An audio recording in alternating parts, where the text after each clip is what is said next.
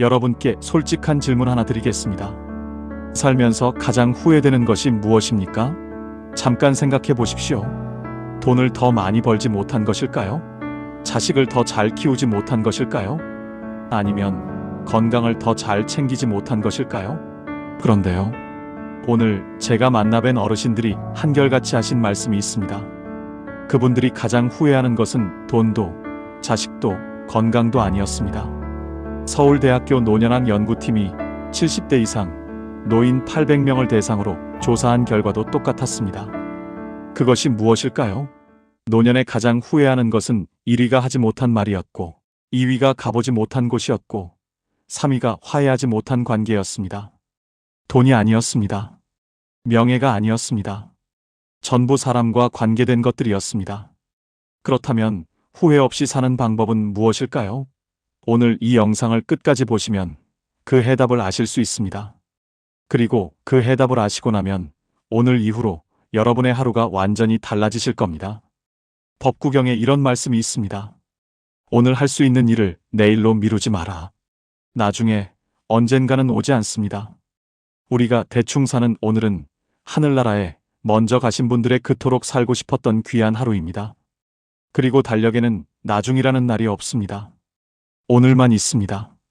후회는 지나간 것을 바꾸려는 마음이에요. 그런데 지나간 것은 바꿀 수 없습니다. 바꿀 수 있는 것은 오늘뿐이에요. 오늘을 어떻게 사느냐가 내일의 후회를 만들기도 하고 없애기도 합니다. 오늘 제가 알려드릴 5가지 이야기가 바로 그것입니다. 그런데 한 가지 미리 말씀드리겠습니다. 5가지 중에 가장 중요한 것은 4번째입니다. 끝까지 저와 함께 해주십시오. 나이 들수록 인생을 행복하게 사는 법, 1번째입니다. 하고 싶은 말은 오늘 하십시오. 평생 참으셨다고요? 이제 그러지 마세요. 경남 거제에 사시는 74살 박말순 어르신 이야기입니다. 어르신은 평생 하고 싶은 말을 참으셨습니다. 가족한테도, 친구한테도, 이웃한테도요. 좋다는 말, 고맙다는 말, 보고 싶다는 말, 다 마음속에만 있었습니다. 말로 꺼내는 것이 쑥스러우셨거든요. 우리 세대가 다 그렇잖아요. 표현하는 것이 낯간지럽고 말로 하지 않아도 알겠지 하는 마음이요. 그런데 어르신에게 가장 친한 친구가 있으셨습니다. 40년을 함께한 친구였습니다. 동네에서 만나서 시집도 같이 가고 자식도 비슷한 때에 낳고 힘든 일이 있으면 서로 기대던 친구였습니다. 어르신이 그 친구한테 하고 싶었던 말이 있으셨습니다. 너 덕분에 내가 여기까지 살았어. 그 말이요. 근데 그 말이 늘 마음속에만 있었습니다. 다음에 만나면 해야지, 다음에 만나면 해야지 하시다가 그냥 지나갔습니다. 그러다 어느 날 아침이었습니다. 전화가 왔습니다. 그 친구가 새벽에 갑자기 쓰러지셨다는 겁니다. 어르신이 달려가셨습니다. 병원 응급실이었습니다. 친구는 의식이 없었습니다. 어르신이 친구 손을 잡으셨습니다. 친구 손이 차가웠습니다. 평생 그 손을 잡고 웃고 울었는데 그날 그 손이 차가웠습니다. 어르신이 그 손을 꼭 잡으시고 귀에 대고 말씀하셨습니다. 야, 너 덕분에 내가 여기까지 살았어. 고마워. 친구가 들으셨는지 모릅니다. 사흘 뒤에 친구는 세상을 떠나셨습니다. 어르신이 장례식장에서 친구 영정 앞에 앉으셨습니다. 국화꽃이 놓여 있었습니다. 영정 속 친구가 웃고 있었습니다. 어르신이 그 웃음을 바라보셨습니다. 하고 싶었던 말들이 그제야 올라왔습니다. 웃겼던 기억들, 같이 울었던 날들, 고마웠던 순간들. 40년이 한꺼번에 올라왔습니다. 근데 이제 들을 사람이 없었습니다. 어르신이 영정을 보시면서 혼자 말씀하셨습니다. 진작 말할 걸 그랬다. 그 말이 영정 앞에서 어르신을 오래 붙잡았습니다. 돌아오는 길 내내 그 말이 어르신 안에서 울렸습니다. 진작 말할 걸 그랬다. 심리학에서는 이것을 표현되지 못한 감정의 무게라고 합니다. 하고 싶었던 말을 하지 못했을 때 그 감정은 사라지지 않습니다. 오히려 마음속에 쌓이고 굳어집니다. 그리고 더 이상 전할 수 없게 됐을 때 그 무게가 가장 크게 느껴집니다. 어르신이 집에 오시는 길에 결심하셨습니다. 이제 하고 싶은 말은 오늘 하자. 더 이상 나중으로 미루지 말자. 그날 이후 어르신이 달라지셨습니다. 남은 친구들한테 전화를 하기 시작하셨습니다. 그냥요. 보고 싶어서요. 친구가 전화를 받고 깜짝 놀랐습니다. 무슨 일 있어? 어르신이 웃으셨습니다. 아니, 그냥 목소리 듣고 싶어서. 친구가 한참 있다가 말했습니다. 나도 마침 내 생각하고 있었는데. 두 분이 한참을 전화 통화를 하셨습니다. 아무것도 아닌 이야기들을요. 그 전화가 그날 친구의 하루를 바꿨습니다. 자식한테도 달라지셨습니다. 아들이 먼 길을 달려왔을 때 예전엔 그냥 들어오라고만 하셨는데 그날은 문 앞에서 말씀하셨습니다. 왔구나. 보고 싶었어. 아들이 멈칫했습니다. 어머니가 그런 말씀을 하신 게 처음이었거든요. 아들이 아무 말 없이 어르신을 안았습니다. 쇼펜하우어는 이런 말을 했습니다. 우리가 나누는 말 한마디가 상대방의 하루를 바꿀 수 있다. 그런데 그 말을 하지 않으면 아무것도 바뀌지 않는다. 말은 때가 있습니다. 꽃이 피는 때가 있듯 말도 피어야 할 때가 있습니다. 그때를 놓치면 꽃이 지듯 말도 사라집니다. 어르신이 이렇게 말씀하셨습니다. 말은 마음속에 있으면 내 것이지만 꺼내면 두 사람 것이 돼요. 나눠야 두 배가 돼요. 친구한테 못한 말이 평생 후회로 남았어요. 이제는 하고 싶은 말은 오늘 해요. 여러분께 여쭤보고 싶습니다. 지금 이 순간 하고 싶은 말이 있으신 분이 계십니까? 그 말을 오늘 하십시오. 내일로 미루지 마십시오. 그렇다면 두 번째는 무엇일까요? 혹시 가보고 싶으셨던 곳이 있으십니까? 아직 나중으로 미루고 계신 곳이요. 나이 들수록 행복하게 사는 법. 두 번째입니다. 가보고 싶은 곳은 지금 가십시오. 충북 충주에 사시는 77살 김옥순 어르신 이야기입니다. 어르신에게는 꼭 가보고 싶은 곳이 있으셨습니다. 경주였습니다. 어릴 때 교과서에서 불국사 사진을 보고 언젠가는 꼭 가봐야지 했습니다. 결혼하고 나서도 그 마음이 있었습니다. 남편이랑 같이 가야지. 근데 자식들이 어리고 살림이 빠듯하고 몸이 좀 나아지면 하다가 세월이 흘렀습니다. 자식들이 다 크고 나서는 이번엔 남편이 편찮으셨습니다. 남편 몸이 좀 나아지면 가야지. 그러다 남편이 먼저 가셨습니다. 어르신이 남편 떠나보내시고 한동안 멍하게 지내셨습니다. 어느 날 장롱을 정리하시다가 오래된 수첩을 꺼내셨습니다. 거기에 가보고 싶은 곳들이 적혀 있었습니다. 경주 불국사, 전주 한옥마을, 강릉바다. 어르신이 그 수첩을 보시다가 눈물이 나셨습니다. 남편이랑 같이 가려고 적어놨던 것들이었거든요. 이제 혼자 가야 하는데 혼자 가는 게 무슨 의미가 있나 싶으셨습니다. 그냥 수첩을 덮으셨습니다. 그러다 딸이 놀러 왔습니다. 어르신이 그 수첩 이야기를 하셨더니 딸이 말했습니다. 엄마, 혼자 가면 어때요? 어르신이 말씀하셨습니다. 혼자 가는 게 무슨 재미야? 딸이 말했습니다. 가는 게 재미있는 거잖아요. 함께 가는 사람이 없으면 아버지 생각하면서 가면 되잖아요. 어르신이 그 말이 마음에 걸리셨습니다. 며칠을 생각하셨습니다. 그러다 어느 날 아침에 버스표를 예매하셨습니다. 경주 가는 버스요. 혼자요. 버스를 타시는데 손이 좀 떨리셨다고 합니다. 이 나이에 혼자 여행을 가다니 싶으셨습니다. 그래도 가셨습니다. 불국사 입구에 내리셨습니다. 돌계단을 올라가셨습니다. 천천히요. 다리가 좀 아프셨지만 올라가셨습니다. 그리고 불국사 앞에 서셨습니다. 어르신이 그 자리에서 한참 서 계셨습니다. 교과서에서 보던 그 건물이 눈앞에 있었습니다. 생각보다 컸습니다. 생각보다 아름다웠습니다. 어르신 눈에 눈물이 고였습니다. 남편 생각이 나셨습니다. 여보, 나왔어요. 당신과 같이 오려고 했는데 내가 혼자 왔어요. 혼자여도 용기 내서 당신이 옆에 있다 생각하고 왔어요. 어르신이 한참을 그 자리에 서 계셨습니다. 순간 남편이 그리워 뺨위로 흐르는 눈물을 주체할 수 없었습니다. 한평생 살아왔던 순간순간이 영화 필름처럼 스쳐 지나갔습니다. 그러다 살짝 미소 지으셨습니다. 왔구나. 드디어 왔구나. 그 한마디가 평생의 나중을 끝냈습니다. 어르신이 그날 불국사 경내를 천천히 걸으셨습니다. 아무도 기다리는 사람이 없었습니다. 빨리 가야 할 이유가 없었습니다. 돌 하나하나를 보시면서 걸으셨습니다. 처마 끝을 보시면서 걸으셨습니다.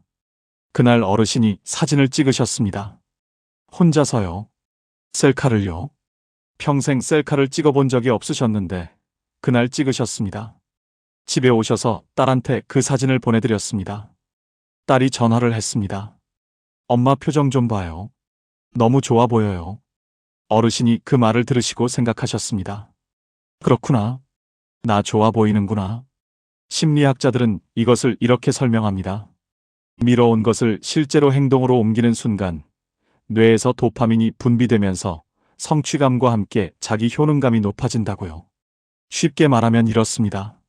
나중에 하려고 했던 것을 오늘 하는 순간 뇌가 기뻐한다는 겁니다. 나중이라는 말은 사실 두려움의 다른 이름입니다.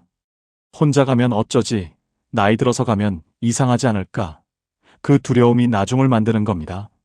그런데 그 두려움을 넘어서는 순간 불국사 앞에 서게 됩니다. 어르신이 이렇게 말씀하셨습니다. 나중에는 없어요. 달력에 나중이라는 날은 없어요. 오늘만 있어요. 가고 싶으면 지금 가세요. 혼자 가도 돼요. 혼자 가는 것도 여행이에요. 여러분께 여쭤보고 싶습니다. 지금 이 순간 가보고 싶은 곳이 있으십니까? 그곳에 언제 가실 겁니까? 나중으로 미루고 계신 것은 아닙니까? 지금 가십시오. 세 번째로 넘어가겠습니다. 혹시 지금 마음속에 오래된 갈등이 있으십니까? 화해하지 못한 관계가 있으십니까? 나이 들수록 행복해지는 법 세 번째입니다. 용서는 상대방이 아니라 나를 위한 것입니다. 전남 광양에 사시는 76살 최수님 어르신 이야기입니다. 어르신에게는 오래된 가족 갈등이 있으셨습니다. 남매 간의 일이었습니다. 어릴 때부터 사이가 좋지 않으셨던 남매였는데 어른이 되고 나서 재산 문제로 크게 다퉜습니다. 그 뒤로 20년 동안 말을 안 하셨습니다. 명절에도 서로 시간을 달리해서 다녔습니다. 어르신은 그 동생을 생각하면 아직도 속이 끓으셨습니다. 억울하셨고 서운하셨고 분하셨습니다. 그 감정이 20년이 지났는데도 그대로였습니다. 어르신이 친구한테 그 이야기를 하면 친구가 말했습니다. 그냥 용서해. 나이 들어서까지 그러면 뭐가 좋아? 어르신이 말씀하셨습니다. 용서? 내가 왜 용서해? 내가 잘못한 게 없는데. 그 말이 맞았습니다. 어르신이 잘못한 것이 없었습니다. 그런데 그 억울함을 20년 동안 품고 사셨습니다. 그러다 어느 날 동생이 아팠다는 소식을 들으셨습니다. 위암이었습니다. 수술을 했다는 말을 들으셨습니다. 어르신이 그날 밤 잠을 못 주무셨습니다. 어릴 적 동생이 귀여웠는데 왜 동생하고 이렇게 되었을까? 동생은 미운 사람인데 왜 잠이 안 오지? 어르신이 새벽에 누워서 생각하셨습니다. 동생이 위독해져서 죽으면 어떡하지? 그 생각이 드는 순간 어르신이 스스로 놀라셨습니다. 동생이 그냥 미운 줄 알았는데. 어르신이 며칠을 생각하셨습니다. 그러다 어느 날 차를 타셨습니다. 동생 집 쪽으로 가셨습니다. 집 앞에 도착하셨습니다. 차에서 내리셨습니다. 대문 앞에 서셨습니다. 초인종이 보였습니다. 손이 올라가지 않았습니다. 멍하니 서 계셨습니다. 5분이 지났습니다. 10분이 지났습니다. 20분이 지났습니다. 담장 너머로 마당에 감나무가 보였습니다. 어릴 때 동생과 같이 그 감나무에서 감을 따던 기억이 올라왔습니다. 까르르 웃으며 재밌던 적도 있었어요. 마음이 착잡했습니다. 어르신이 결국 돌아서셨습니다. 차에 타셨습니다. 집으로 오셨습니다. 그런데 이상했습니다. 집에 오시는 길에 마음이 조금 가벼우셨습니다. 초인종을 누르지 못했는데도요. 동생을 만나러 가려고 했다는 것만으로도 뭔가 달라지는 것 같으셨습니다. 일주일이 지났습니다. 어르신이 다시 차를 타셨습니다. 동생 집 앞에 도착하셨습니다. 여전히 감이 주렁주렁 열려 있었어요. 이번엔 차에서 내리시자마자 걸어가셨습니다. 생각할 시간을 주지 않으셨습니다. 그리고 초인종을 누르셨어요. 딸깍. 잠시 후 문이 열렸습니다. 그 동생이 나왔습니다. 얼굴 안 보고 산지 얼마 만인지 20년 만이었습니다. 동생은 많이 야위어 있었습니다. 두 분이 마주 보셨습니다. 아무 말도 없었습니다. 그러다 동생분이 말했습니다. 왔어? 어르신이 말씀하셨습니다. 왔어. 그게 전부였습니다.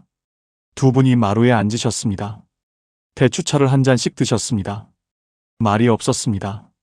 그냥 차를 드셨습니다. 그 침묵이 불편하지 않으셨습니다. 이상하게요. 20년의 침묵과는 다른 침묵이었습니다. 20년의 침묵은 차갑고 딱딱한 침묵이었는데 그날의 침묵은 따뜻하고 부드러운 침묵이었습니다. 차를 다 드시고 나서 어르신이 일어나셨습니다. 가야겠다고 하셨습니다. 동생이 문까지 따라 나왔습니다. 어르신이 돌아서서 걸어가시는데 동생분이 말했습니다. 다음에 또 와. 어르신은 뒤를 돌아보지 않고 손을 드셨습니다. 그리고 차에 타셨습니다. 쇼펜하우어는 이런 말을 했습니다. 다른 사람의 잘못에 분노하는 것은 남이 지른 불에 내가 타는 것과 같다. 불을 지른 것은 상대방인데 타는 것은 나입니다. 용서는 상대방에게 주는 선물이 아닙니다. 내가 나에게 주는 선물입니다. 오래된 원망을 붙들고 있는 것은 뜨거운 숯덩이를 손에 쥐고 상대방에게 던지려는 것과 같습니다. 가장 많이 되는 것은 내 손입니다. 어르신이 이렇게 말씀하셨습니다. 용서한 게 아니에요. 그냥 동생 얼굴만 한번 보려고 갔어요. 근데 갔더니 내 마음이 달라지더라고요. 용서는 상대방을 위한 게 아니에요. 나를 위한 거예요. 20년 동안 내가 나를 가뒀던 거예요. 이제 그 감옥 속에서 나온 것 같아요.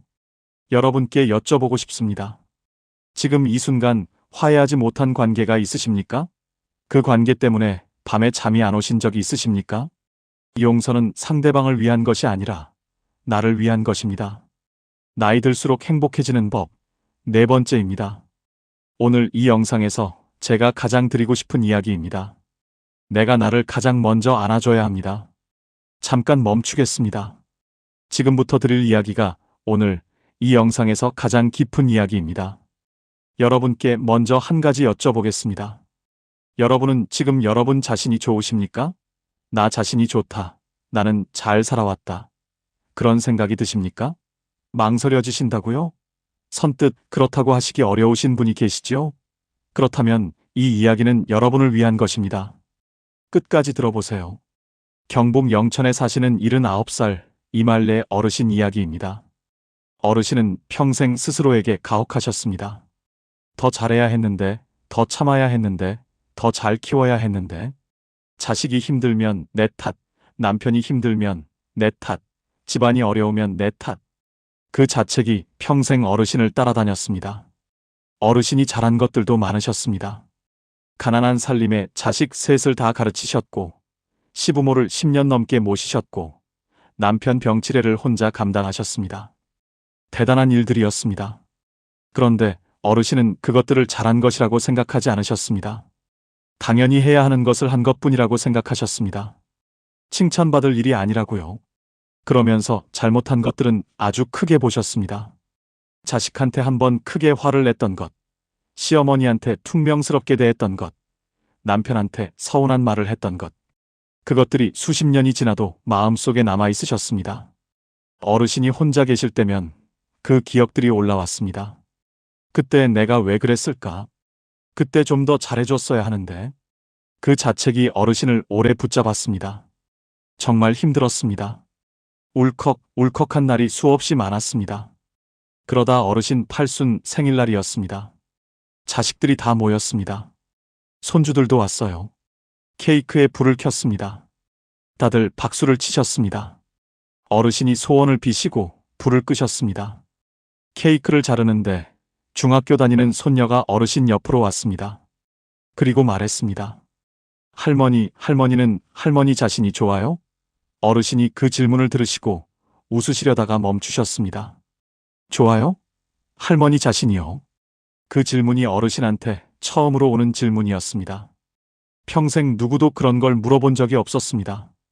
어르신 스스로도 그런 걸 생각해 본 적이 없었습니다. 어르신이 난처한 표정을 지으면서 대답을 못 하셨습니다.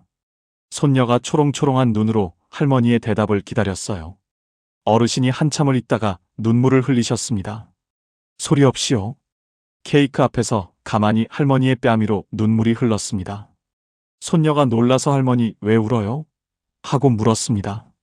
어르신이 눈물을 닦으시면서 말씀하셨습니다. 아니야. 그냥 내가 나 자신이 좋은지 한 번도 생각해 본 적이 없었네 싶어서. 그날 밤이었습니다. 손님들이 다 돌아가고 어르신이 혼자 방에 계셨습니다. 화장대 앞에 앉으셨습니다. 거울을 보셨습니다. 거울 속에 79살 어르신이 계셨습니다. 주름이 많았습니다. 머리가 하였습니다. 어르신이 그 얼굴을 오래 보셨습니다. 그러다 혼자 말씀하셨습니다. 이말래, 너 정말 잘 살았어. 평생 동안 진짜 수고했어. 그 말이 처음엔 어색하셨습니다. 내가 왜 이런 말을 하나 싶으셨습니다. 그런데 한 번 더 하셨습니다. 말래, 너 잘 살았어. 수고했어. 그러다 세 번째 하시는데 눈물이 왈칵 나셨습니다. 이번엔 큰 소리가 났습니다. 평생 누구한테도 그 말을 들어본 적이 없으셨습니다. 잘 살았다고, 수고했다고. 가족들도 남편도 자식들도 그 말을 해준 적이 없었습니다. 그리고 어르신 스스로도 한 번도 그 말을 자신에게 한 적이 없었습니다. 어르신이 거울 속 자신을 보시면서 한참을 우셨습니다. 그러다 이렇게 말씀하셨습니다. 나 참 열심히 살았네. 잘했어. 어르신은 그날 그 어느 때보다 편안하고 깊은 잠자리에 드셨습니다. 창밖으로 둥근 달이 밝게 비쳤습니다. 보건복지부 노인 정신건강실태조사에 따르면 자기 자신에 대한 긍정적 평가가 낮은 노인일수록 우울감과 고독감이 높고, 반대로 자기 수용도가 높은 노인일수록 삶의 만족도가 3배 이상 높은 것으로 나타났습니다. 나를 사랑하는 것이 이기적인 것이 아닙니다. 내가 먼저 나를 안아줘야 남도 안아줄 수 있습니다. 자책은 내가 나를 때리는 것과 같습니다. 남이 나를 때리면 피하면 됩니다. 그런데 내가 나를 때리면 피할 곳이 없습니다. 가장 잔인한 폭력은 자기 자신에게 하는 폭력입니다. 어르신이 이렇게 말씀하셨습니다. 팔순이 돼서야 거울 보면서 잘 살았다고 했어요. 진작 했어야 했는데. 그게 제일 후회돼요. 여러분께 부탁드리고 싶습니다. 오늘 밤 잠드시기 전에 거울을 한번 보십시오. 그리고 자신에게 이렇게 말씀해 주십시오. 잘 살았어. 수고했어. 그 말이 진심이니까요. 거짓이 아니니까요. 이제 마지막입니다. 나이 들수록 행복해지는 법 5번째입니다. 오늘이 가장 젊은 날입니다. 여러분, 지금 이 순간 여러분의 나이가 몇이십니까? 70이십니까? 75이십니까? 80이십니까? 그 나이가 많다고 생각하십니까? 그런데 한 가지 말씀드리겠습니다. 지금 이 순간이 여러분의 남은 인생에서 가장 젊은 때입니다. 내일이 되면 오늘이 가장 젊었던 날이 됩니다. 그러니까 지금 이 순간이 가장 젊습니다. 다산 정약용 선생은 말씀하셨습니다. 지금 이 순간이 남은 인생에서 가장 젊은 때다. 오늘 이 하루를 충분히 살아야 한다. 오늘 4분 어르신을 만났습니다. 친구를 보내고 나서 하고 싶은 말을 오늘 하기 시작하신 박말순 어르신, 혼자 불국사에 가셔서 드디어 왔구나 하신 김옥순 어르신, 20년 만에 형제집 초인종을 누르신 최수님 어르신, 팔순 생일날 밤에 거울 앞에서 처음으로 잘 살았어 하신 이말래 어르신. 그분들이 공통으로 하신 말씀이 있습니다. 진작할 걸 그랬어요. 그 한마디입니다. 하지만 그분들이 또 공통으로 하신 말씀이 있습니다. 그래도 지금이라도 해서 다행이에요. 그 한마디입니다. 후회 없이 사는 것은 거창한 것이 아닙니다. 오늘 하고 싶은 말을 하는 것, 오늘 가보고 싶은 곳에 가는 것, 오늘 용서하는 것, 오늘 나를 안아주는 것, 그리고 오늘이 내 인생에서 가장 젊은 날이라는 것을 아는 것. 그게 전부입니다. 이말래 어르신이 그날 이후 매일 아침 달력을 보십니다. 그리고 오늘 날짜 옆에 이렇게 쓰십니다. 오늘이 가장 젊은 날. 딱 6글자입니다. 그런데 그 6글자가 어르신의 하루를 바꿉니다. 어르신이 이렇게 말씀하셨습니다. 오늘 이 날짜를 쓰고 나면 이상하게 하루가 아깝지 않아요. 그냥 지나가면 안 될 것 같아요. 그래서 뭔가를 하게 돼요. 전화도 하고 어디도 가고 하고 싶은 말도 하고. 그 6글자가 저를 움직이게 해요. 오늘 여러분도 달력을 꺼내십시오. 오늘 날짜 옆에 이렇게 쓰십시오. 오늘이 가장 젊은 날. 그리고 오늘 딱 한 가지만 하십시오. 하고 싶었던 말을 하는 것, 가보고 싶었던 곳에 가는 것, 오래된 관계에 먼저 손을 내미는 것, 아니면 거울 앞에서 잘 살았어 한마디 하는 것. 딱 하나만요. 그 하나가 오늘을 후회 없는 날로 만들어줍니다. 이제 마무리입니다. 오늘 5가지를 함께 들으셨습니다.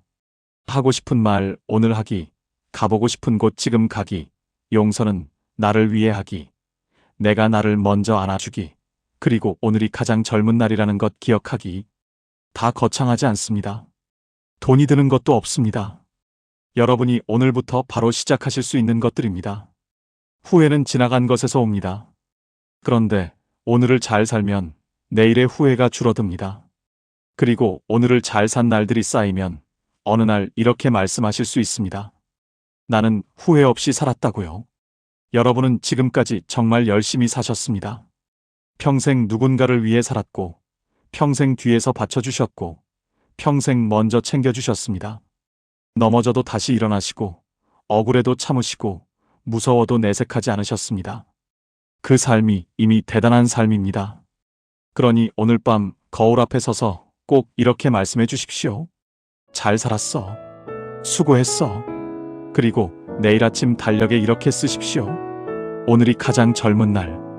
그 말이 진심이니까요. 거짓이 아니니까요. 내일은 오늘보다 반드시 더 따뜻하고 빛날 것입니다. 오늘 5가지 중에 가장 가슴에 남으신 것이 무엇인지 댓글로 나눠주십시오. 여러분의 한마디가 지금 이 영상을 혼자 보고 계실 누군가에게 오늘 하루를 살아갈 희망과 이유가 될 수 있습니다. 오늘도 끝까지 함께 해주셔서 진심으로 감사드립니다. 황금노후는 여러분의 행복을 위해 평생 응원하겠습니다. 지금까지 황금노후였습니다. 우리는 팔자 좋다는 말을 잘못 이해하고 살았습니다.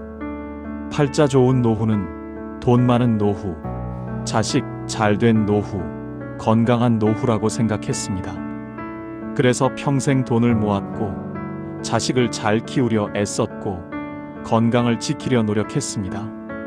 그런데 막상 노년이 되어보니 달랐습니다. 평생 잘못 알고 있었던 겁니다.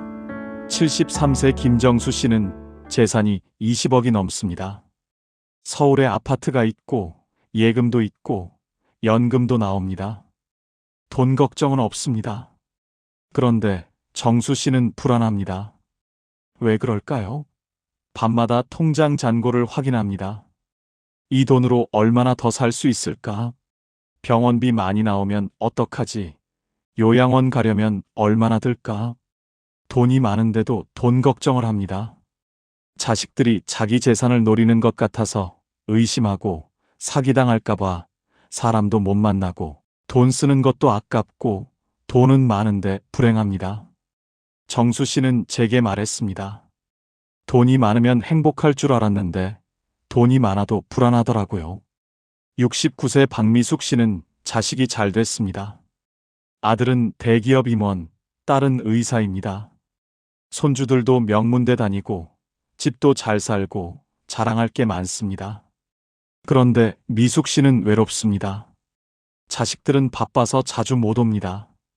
명절에 한 번, 생일에 한 번 보는 게 전부입니다. 전화는 일주일에 한 번 할까 말까입니다. 미숙 씨는 친구들 만나면 자식 자랑을 합니다. 우리 아들이 이번에 또 승진했어. 우리 딸이 병원에서 인정받는데. 자랑은 하는데 마음은 허전합니다. 집에 돌아오면 텅 빈 집이 너무 넓게 느껴집니다. 미숙 씨는 제게 말했습니다. 자식 잘 되면 행복할 줄 알았는데 자식이 잘 돼도 외롭더라고요. 우리가 생각한 팔자 좋은 노후는 이런 게 아니었습니다. 돈 많고 자식 잘 되고 건강하면 당연히 행복할 줄 알았습니다. 그런데 실제로는 그렇지 않았습니다. 돈 많아도 불안하고 자식 잘 돼도 외롭고 건강해도 무료합니다.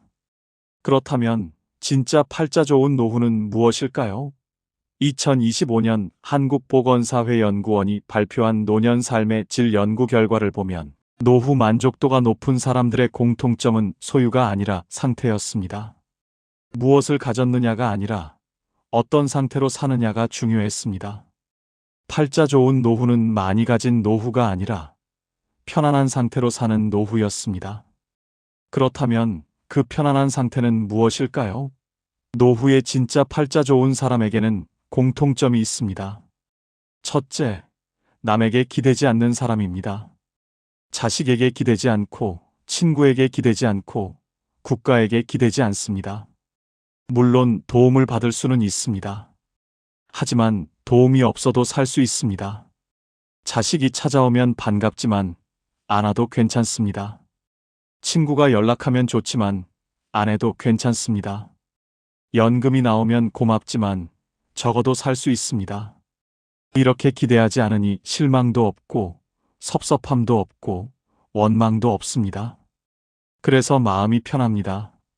72세 이경자 씨는 혼자 삽니다. 자식은 외국에 있고 친구도 많지 않고 연금도 적습니다. 그런데 경자 씨는 편안합니다. 나는 나만 챙기면 되니까 편해요.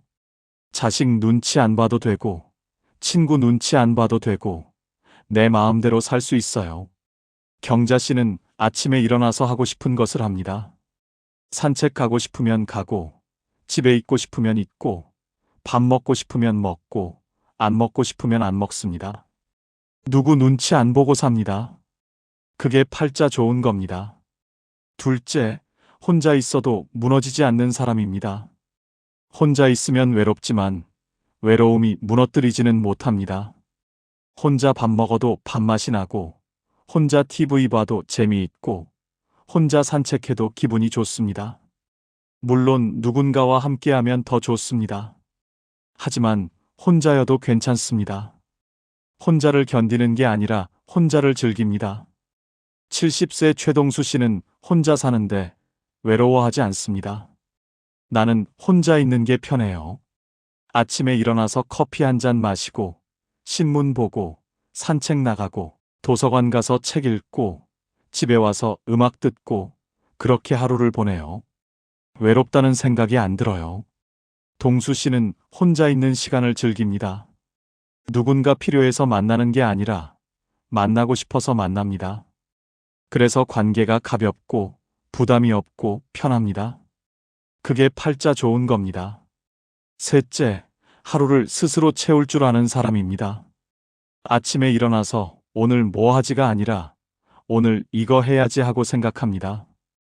거창한 계획이 아니라 작은 일상입니다. 산책 나가기, 책 읽기, 친구 만나기, 요리하기, 청소하기, 이런 작은 것들로 하루를 채웁니다. 누가 시키지 않아도 스스로 합니다. 누가 함께하지 않아도 혼자 합니다. 그렇게 하루를 채우다 보면 하루가 금방 지나갑니다. 저녁이 되면 오늘도 잘 보냈네 하고 만족합니다. 68세 윤정혜 씨는 매일 아침 계획을 세웁니다. 오늘은 산책 가고 도서관 가고 점심은 김치찌개 끓여 먹고 오후에는 드라마 보고 저녁에는 친구한테 전화하고 이렇게 하루를 계획합니다. 거창하지 않습니다. 그냥 일상입니다. 그런데 이렇게 계획하고 실천하다 보면 하루가 의미 있어집니다. 정혜 씨는 저녁에 일기를 씁니다. 오늘 산책하면서 꽃 봤다. 도서관에서 좋은 책 읽었다. 친구랑 통화했다 이렇게 적습니다. 작은 것들이지만 적고 보면 하루가 알찹니다. 그게 팔자 좋은 겁니다. 조선시대 실학자 정약용 선생은 유배지에서 18년을 보냈습니다. 가족과 떨어져 혼자 지냈습니다. 외롭고 힘들었을 겁니다. 그런데 정약용 선생은 무너지지 않았습니다. 매일 아침 일어나서 책을 읽고 글을 쓰고 제자를 가르치고 산책을 했습니다. 하루하루를 스스로 채웠습니다. 그렇게 18년을 보내고 나서 500권이 넘는 책을 남겼습니다. 정약용 선생은 이런 말씀을 하셨습니다. 하루를 헛되이 보내지 말라. 오늘을 사는 사람이 내일을 얻는다. 팔자는 타고나는 게 아니라 선택되는 겁니다. 매일 아침 일어나서 오늘을 어떻게 살지 선택하는 것, 그게 팔자를 만듭니다. 그렇다면 구체적으로 노후에 팔자 좋은 사람의 조건은 무엇일까요? 화려하지 않지만 살아보면 가장 중요한 기준들이 있습니다. 첫째, 내 집이 있습니다. 크지 않아도 됩니다. 허름해도 됩니다. 하지만 내 집입니다. 누구 눈치 안 보고 살 수 있는 공간입니다. 아침에 일어나서 거실에 나가도 되고, 안 나가도 됩니다. 밥을 먹어도 되고, 안 먹어도 됩니다. 청소를 해도 되고, 안 해도 됩니다. 내 마음대로입니다. 월세로 사는 노인은 불안합니다. 언제까지 여기 살 수 있을까? 집주인이 나가라고 하면 어디로 가지? 이런 걱정을 합니다. 자식 집에 사는 노인도 불편합니다. 거실에 나가려다가 며느리 눈치 보고, 냉장고 열려다가 사위 눈치 보고 방에만 있습니다. 하지만 내 집이 있으면 자유롭습니다. 그게 팔자 좋은 겁니다. 둘째, 빚이 없습니다. 돈이 많지 않아도 됩니다. 하지만 빚은 없습니다. 갚아야 할 돈이 없으니 마음이 편합니다. 매달 이자 걱정 안 해도 되고, 독촉 전화 받을 일도 없고, 밤에 편하게 잠을 잡니다. 빚이 있는 노인은 잠을 못 잡니다. 밤마다 계산기를 두드립니다. 이자가 얼마지? 원금은 언제 갚지? 죽기 전에 갚을 수 있을까? 걱정이 끝이 없습니다. 하지만 빚이 없으면 편합니다. 적게 살아도 내 것이니까 편합니다. 그게 팔자 좋은 겁니다. 셋째, 고정 수입이 있습니다. 크지 않아도 됩니다. 하지만 매달 일정하게 들어옵니다. 연금이든 임대 수입이든 이자 수입이든 뭐든 매달 들어오는 돈이 있습니다. 이 돈으로 관리비 내고 밥 사 먹고 병원 가고 그렇게 살 수 있습니다. 고정 수입이 없는 노인은 불안합니다. 이번 달은 어떻게 살지? 다음 달은 어떻게 하지? 걱정이 끝이 없습니다. 하지만 고정 수입이 있으면 편합니다. 적어도 계획을 세울 수 있습니다. 그게 팔자 좋은 겁니다. 넷째, 몸이 아직 내 말을 듣습니다. 건강하지 않아도 됩니다. 여기저기 아픈 데가 있어도 됩니다. 하지만 내가 움직이고 싶으면 움직일 수 있습니다. 화장실 혼자 갈 수 있고, 밥 혼자 먹을 수 있고, 옷 혼자 입을 수 있습니다.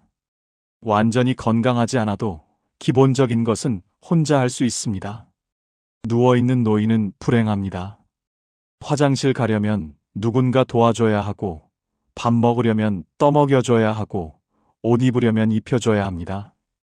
자존심이 상합니다. 하지만 혼자 움직일 수 있으면 자유롭습니다. 그게 팔자 좋은 겁니다. 다섯째, 교통이 편합니다. 집 근처에 버스 정류장이 있고, 지하철역이 있고, 마트가 있고, 병원이 있습니다. 걸어서 갈 수 있는 거리에 다 있습니다. 외진 곳에 사는 노인은 불편합니다.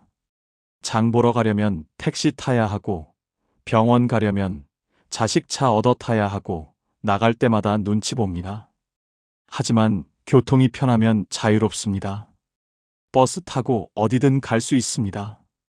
그게 팔자 좋은 겁니다. 여섯째, 혼자 밥을 먹을 수 있습니다. 누군가 차려주지 않아도 됩니다.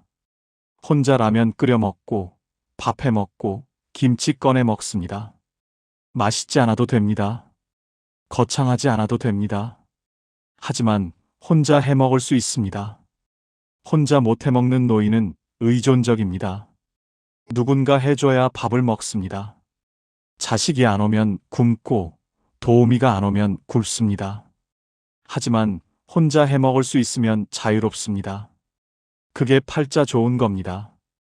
일곱째, 내일 할 일이 있습니다. 거창한 일이 아닙니다. 내일 도서관 가야지, 내일 친구 만나야지, 내일 청소해야지, 이런 작은 일입니다. 하지만 내일 할 일이 있으니 내일이 기다려집니다. 할 일 없는 노인은 무료합니다. 내일도 그냥 집에 있겠지. 내일도 TV만 보겠지. 내일이 안 기다려집니다. 하지만 할 일이 있으면 내일이 기다려집니다. 그게 팔자 좋은 겁니다. 여덟째, 통장에 비상금이 있습니다. 많지 않아도 됩니다. 1,000만 원 정도면 됩니다. 갑자기 돈 쓸 일이 생겨도 당황하지 않습니다. 이가 아파서 치과 가야 하면 가고, 안경이 망가져서 새로 맞춰야 하면 맞추고, 보일러가 고장나서 고쳐야 하면 고칩니다. 비상금 없는 노인은 불안합니다. 갑자기 돈 쓸 일이 생기면 자식한테 손 벌려야 합니다. 하지만 비상금이 있으면 편합니다. 그게 팔자 좋은 겁니다. 아홉째, 마음 편한 사람이 한 명 있습니다. 자식이든 친구든 이웃이든 한 명이면 됩니다. 힘들 때 전화할 수 있는 사람, 아플 때 부를 수 있는 사람, 외로울 때 만날 수 있는 사람이 한 명 있습니다. 많을 필요 없습니다. 한 명이면 됩니다. 아무도 없는 노인은 외롭습니다.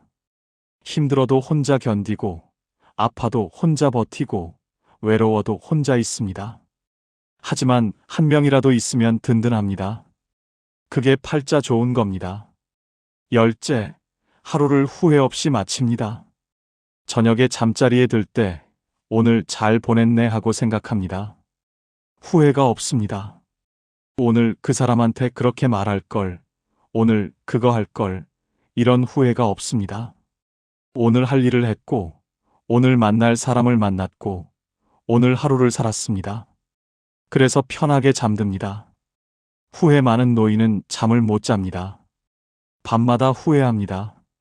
하지만 후회 없이 사는 노인은 편하게 잠듭니다. 그게 팔자 좋은 겁니다. 이 10가지가 노후에 팔자 좋은 사람의 현실적 조건입니다. 화려하지 않습니다. 거창하지 않습니다. 하지만 살아보니 가장 중요한 것들입니다. 이 중에서 5가지만 있어도 노후는 편안합니다. 10가지 다 있으면 노후는 축복입니다. 인생은 버텨낸 사람이 아니라 자기 하루를 지킨 사람이 이깁니다. 버티는 건 괴롭습니다.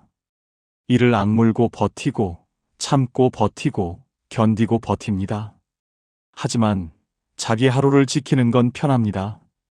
오늘 하루 내가 하고 싶은 것 하나 하고, 내가 먹고 싶은 것 하나 먹고, 내가 만나고 싶은 사람 하나 만나고, 그렇게 하루를 지킵니다. 버티는 사람은 언젠가 무너집니다. 하지만 하루를 지키는 사람은 무너지지 않습니다. 오늘 하루를 지켰으니 내일도 지킬 수 있습니다. 그렇게 하루하루 지키다 보면 1년이 되고 10년이 됩니다. 성공이 아니라 존엄이 노후의 기준입니다. 노후는 뭔가를 이루는 시간이 아닙니다. 뭔가를 지키는 시간입니다. 내 자존심을 지키고, 내 자유를 지키고, 내 하루를 지킵니다. 크게 성공하지 않아도 됩니다. 하지만 존엄은 지켜야 합니다. 누구한테 손 벌리지 않고, 누구한테 눈치 보지 않고, 내 힘으로 삽니다. 그게 존엄입니다. 그리고 그 존엄이 노후를 지킵니다. 70대가 넘어서야 깨달은 분들이 한결같이 말씀하셨습니다. 진작 알았더라면 얼마나 좋았을까 하지만 지금 이 이야기를 들으신 여러분은 다릅니다. 여러분은 그들보다 앞서 있습니다. 노후에 가장 팔자 좋은 사람은 대단한 사람이 아니라 오늘 하루를 스스로 책임질 수 있는 사람입니다.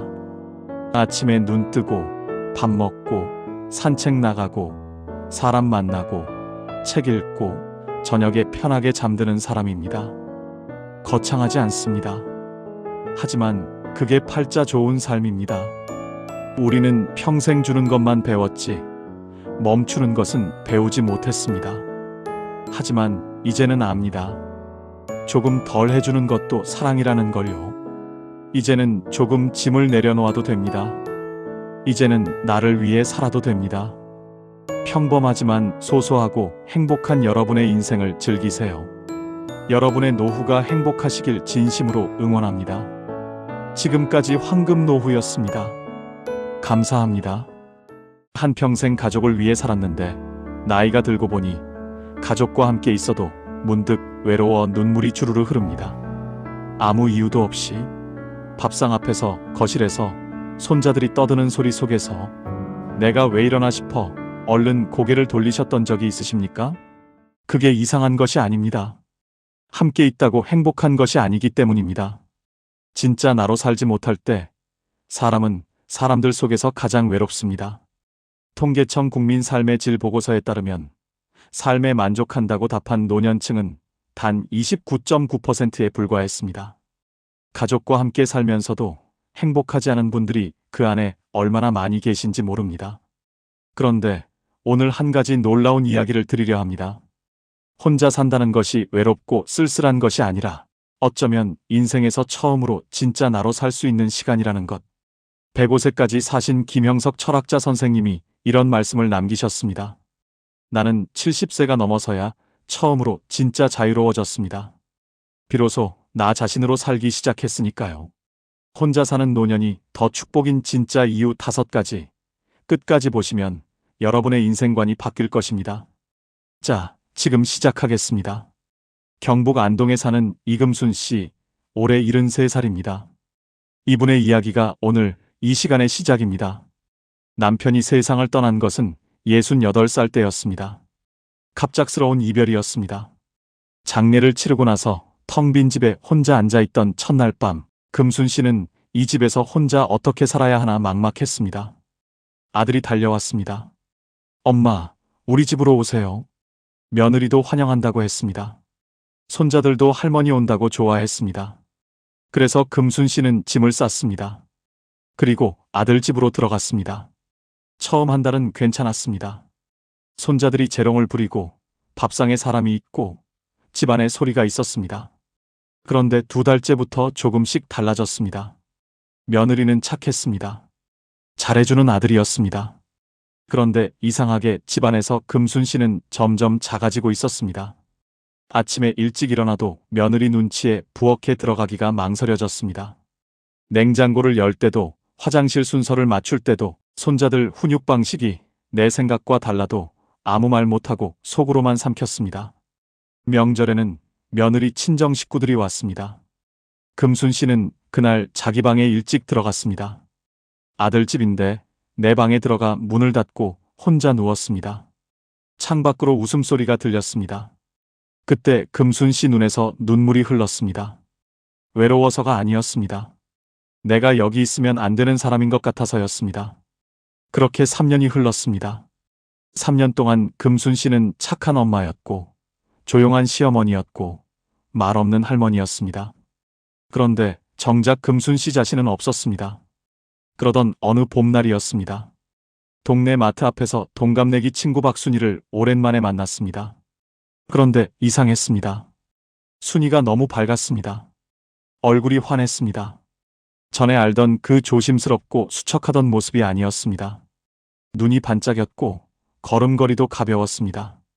금순 씨가 물었습니다. 야, 너 무슨 좋은 일 있어? 왜 이렇게 얼굴이 좋아? 순이가 웃으면서 말했습니다. 나 혼자 살거든. 금순 씨는 순이의 이야기를 들었습니다. 처음엔 무섭고 적적했는데 지금은 아침마다 혼자 커피 한 잔 마시는 것이 세상에서 제일 행복하다고 했습니다. 자고 싶을 때 자고, 먹고 싶은 건 먹고, 보고 싶은 TV 보고, 아무도 눈치 볼 사람이 없다고 했습니다. 아들이 가끔 오면 그렇게 반가울 수가 없다고 했습니다. 멀리서 보니까 더 예뻐 보인다고 같이 살 때는 몰랐는데 혼자 살고 나서야 아들이 얼마나 소중한지 알겠다고 했습니다.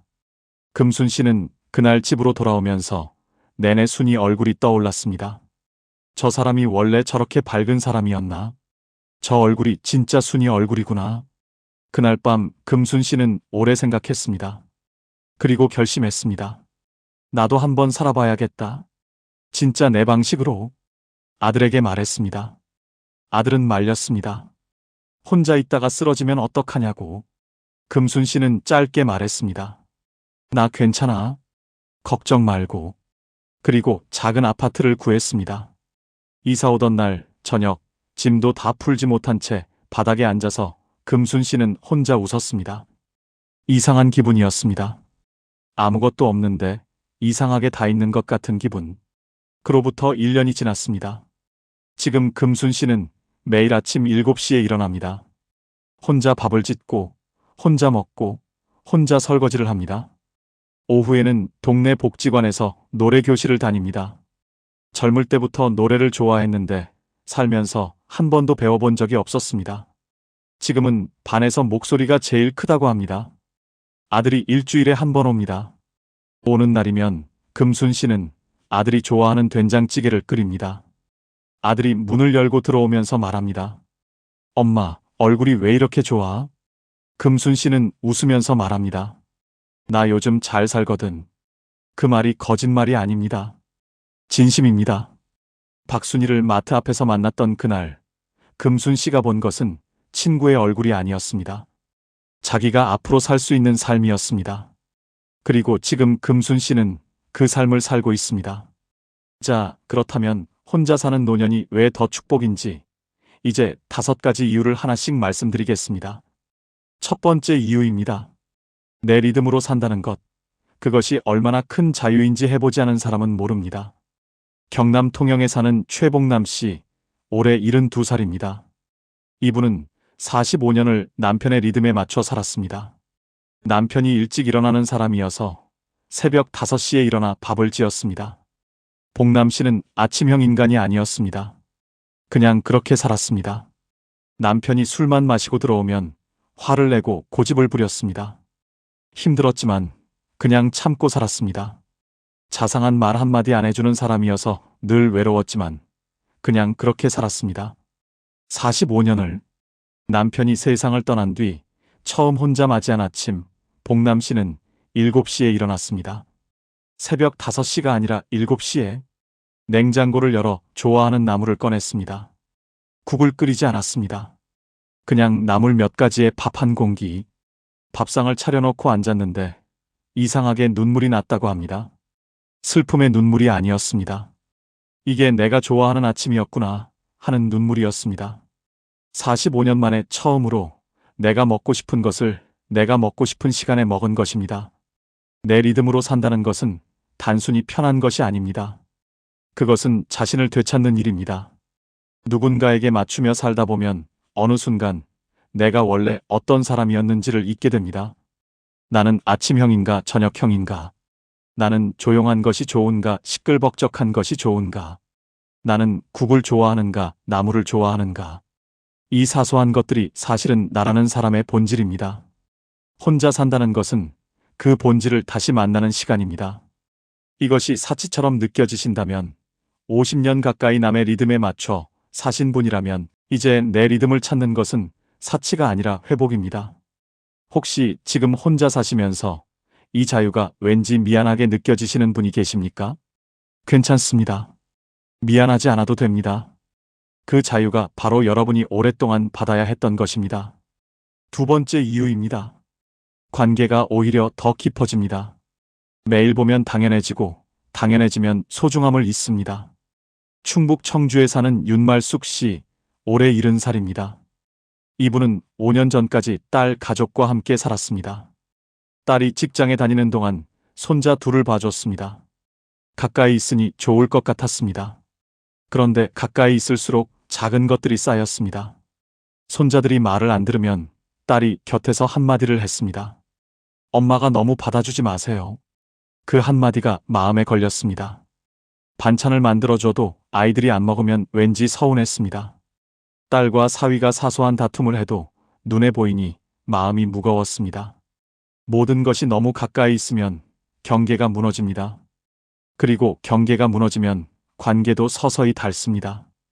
윤말숙 씨는 결국 분가를 결심했고 지금은 버스로 30분 거리의 작은 아파트에 혼자 삽니다. 놀라운 일이 생겼습니다. 딸이 더 자주 연락을 합니다.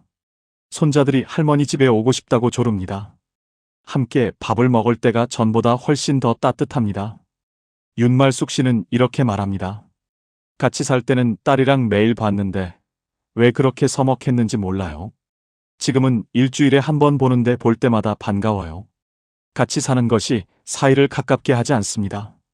보고 싶을 때 보는 것이 사이를 가깝게 합니다. 매일 보면 당연해집니다. 당연해지면 감사함이 사라집니다. 감사함이 사라지면 관계는 서서히 식습니다. 반면 거리가 생기면 만남이 소중해집니다. 전화 한 통이 반가워집니다. 같이 먹는 밥 한 끼가 특별해집니다. 일본의 저명한 노년학자 히노하라 시게아키 박사는 말했습니다. 가장 건강한 노년의 관계는 적당한 거리에서 깊은 온기를 주고받는 것이다. 가까이 있되 붙어 있지 않는 것. 그것이 오히려 더 오래, 더 깊게 사랑할 수 있는 방법입니다. 지금 혼자 사시면서 자식과 멀어지는 것 같아 불안하신 분이 계십니까? 멀어지는 것이 아닙니다. 더 오래 사랑할 수 있는 거리를 만드는 것입니다. 세 번째 이유입니다. 혼자 있어야 비로소 나를 만납니다. 소음이 없어야 내 안의 소리가 들립니다. 전북 전주에 사는 임순예 씨, 올해 69살입니다. 이분은 평생 조용히 살았습니다. 말이 많은 편이 아니었고 혼자 있는 것을 좋아했지만 그럴 틈이 없었습니다. 아이들이 있었고 남편이 있었고 시댁 식구들이 있었고 이웃들이 있었습니다. 집안에 늘 누군가가 있었고 늘 무언가를 해야 했습니다. 혼자가 된 첫 해는 솔직히 힘들었습니다. 집이 너무 조용했습니다. 밥을 혼자 먹는 것이 적적했습니다. TV를 켜놓고 소리라도 들어야 덜 외로웠습니다. 그런데 1년이 지나면서 달라지기 시작했습니다. 그 조용함이 조금씩 편안해졌습니다. 소음이 없어지자 오랫동안 들리지 않던 소리가 들리기 시작했습니다. 내 안의 소리였습니다. 어릴 때 좋아했던 뜨개질이 다시 하고 싶어졌습니다. 결혼하고 나서는 손댈 시간이 없었는데 문득 실과 바늘이 그리워졌습니다. 동네 문화센터에 뜨개질 수업이 있다는 걸 알고 등록했습니다. 처음에는 손이 서툴렀습니다. 그런데 코를 하나씩 떠가는 동안 마음이 차분해지는 것을 느꼈습니다. 3달 뒤에는 손자에게 줄 목도리를 완성했습니다. 손자가 그 목도리를 목에 두르고 학교에 가는 모습을 보면서 임순례 씨는 오랫동안 느끼지 못했던 뿌듯함을 느꼈습니다. 이분은 말합니다. 혼자 있으니까 내가 뭘 좋아하는지 알겠더라고요. 사람들이 많을 때는 그런 생각 자체를 못했어요. 심리학에서는 이것을 자기인식이라고 합니다. 자신이 무엇을 좋아하고 무엇을 싫어하고 무엇을 할 때 살아있다는 느낌이 드는지를 아는 것. 그런데 이 자기인식은 혼자 있는 시간이 있어야 자랍니다. 늘 누군가와 함께 있고 늘 무언가를 해야 하는 환경에서는 자신을 들여다볼 틈이 없습니다. 혼자 사는 노년은 그 틈이 생기는 시간입니다. 어쩌면 인생에서 처음으로 진짜 나 자신을 만날 수 있는 시간입니다. 오랫동안 묻어두었던 것이 있으십니까? 젊을 때 하고 싶었지만 미뤄온 것이 있으십니까? 조용한 지금 이 시간이 그것을 꺼낼 수 있는 가장 좋은 때입니다. 네 번째 이유입니다. 건강을 내가 주도할 수 있습니다. 몸의 주인이 다시 나 자신이 됩니다. 강원도 강릉에 사는 박옥희 씨, 올해 74살입니다. 이분은 자녀 집에서 함께 살던 시절 건강관리를 제대로 못했습니다. 아이들이 늦게 자는 집이어서 덩달아 늦게 잤습니다. 손자들 입맛에 맞춰 요리하다 보니 짜고 단 음식을 같이 먹게 됐습니다. 며느리가 출퇴근을 해야 해서 아침에 손자 등교 준비를 도왔고 그러다 보니 아침 운동을 나갈 시간이 없었습니다. 몸이 알아서 맞춰지는 것 같았지만 사실은 서서히 무너지고 있었습니다. 허리가 더 자주 아팠고 혈압이 오르내렸고 잠을 자도 개운하지 않았습니다. 혼자 나와 살기 시작하면서 가장 먼저 한 일은 수면 시간을 고정한 것이었습니다. 10시에 자고 6시에 일어났습니다. 아무도 방해하지 않았습니다. 두 번째로 한 일은 밥상을 바꾼 것이었습니다. 짠 것을 줄이고 채소를 늘리고 좋아하는 나물을 마음껏 먹었습니다. 세 번째로 한 일은 아침 산책이었습니다. 매일 아침 6시 반에 집을 나서서 해변을 30분씩 걸었습니다. 강릉 바다는 계절마다 다른 얼굴을 가지고 있었습니다. 1년이 지나자 허리 통증이 줄었습니다. 혈압이 안정됐습니다. 아침에 일어나면 개운했습니다. 주치의가 물었습니다. 요즘 뭘 달리 하셨어요? 수치가 많이 좋아졌네요. 박옥희 씨는 말했습니다. 혼자 살기 시작했어요. 세계보건기구가 발표한 건강한 노화 지침에 따르면 규칙적인 수면, 균형 잡힌 식사, 꾸준한 신체 활동이 노년 건강을 결정하는 가장 핵심적인 3가지라고 합니다. 그런데 이 3가지는 모두 내가 스스로 결정할 수 있을 때 가능합니다. 누군가에게 맞춰 살면 이 3가지 중 하나도 제대로 지키기 어렵습니다. 혼자 산다는 것은 내 몸의 주인이 다시 나 자신이 된다는 것입니다. 지금 여러분의 하루에서 수면과 식사와 운동을 스스로 결정하고 계십니까? 그 세 가지를 내 손으로 챙기는 것. 그것이 가장 현실적인 건강 비결입니다. 다섯 번째 이유입니다. 외로움과 고독은 다릅니다. 그리고 고독을 즐길 줄 아는 사람이 가장 단단합니다. 대전에 사는 한미숙 씨, 올해 71살입니다. 혼자 살기 시작한 첫 해, 주변 사람들이 자꾸 물었습니다. 외롭지 않아요? 그 말이 처음에는 걱정으로 들렸지만 나중에는 이상하게 들렸습니다. 외로움과 혼자 사는 것은 같은 말이 아니었기 때문입니다. 한미숙 씨는 생각해 봤습니다. 외로움을 가장 많이 느꼈던 때가 언제였나? 놀랍게도 가장 외로웠던 때는 혼자 있을 때가 아니었습니다. 사람들 속에 있는데 아무도 나를 진짜로 봐주지 않는다고 느꼈던 순간들이었습니다. 북적이는 명절 상 앞에서 혼자 밥을 먹는 것 같았던 날들. 많은 사람들 사이에 있는데 내 이야기를 하는 사람은 아무도 없던 날들. 그때가 가장 외로웠습니다. 반면 혼자 있을 때의 고요함은 달랐습니다.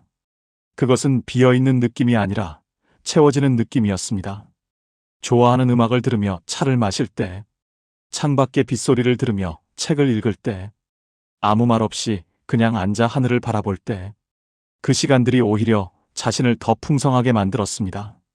철학자 쇼펜하우어는 이런 말을 남겼습니다. 자기 자신과 함께 있는 것을 즐길 줄 아는 사람만이 진정한 자유를 가진 사람이다. 고독은 텅 빈 것이 아닙니다. 고독은 나 자신으로 가득 찬 상태입니다. 외로움은 타인이 없어서 생기는 고통이지만 고독은 나 자신이 있어서 누리는 충만함입니다. 한미숙 씨는 지금도 혼자 삽니다. 그리고 이렇게 말합니다. 처음엔 혼자 사는 게 쓸쓸할 줄 알았어요. 근데 지금은 이 시간이 제일 소중해요. 드디어 나랑 친해진 것 같거든요. 지금 혼자 사시면서 외롭다는 느낌이 드신다면 한번 여쭤보고 싶습니다. 그것이 사람이 없어서 외로운 건지 아니면 아직 나 자신과 친해지지 않아서 어색한 건지. 나 자신과 친해지는 데는 시간이 걸립니다. 그런데 한번 친해지고 나면 혼자 있는 시간이 두렵지 않습니다. 오히려 그 시간이 가장 편안해집니다. 정약용 선생은 18년의 유배 생활 동안 홀로 강진 땅에 머물렀습니다. 가족과 떨어져, 벗들과 떨어져 홀로 있는 그 시간에 선생은 무너지지 않았습니다. 오히려 500여 권의 책을 쓰며 자신의 가장 깊은 곳을 만났습니다. 선생이 남긴 글 중에 이런 구절이 있습니다. 홀로 있는 시간이 있어야 사람은 비로소 자신을 알 수 있다. 홀로 있되 외롭지 않은 것. 그것이 사람이 도달할 수 있는 가장 높은 경지다.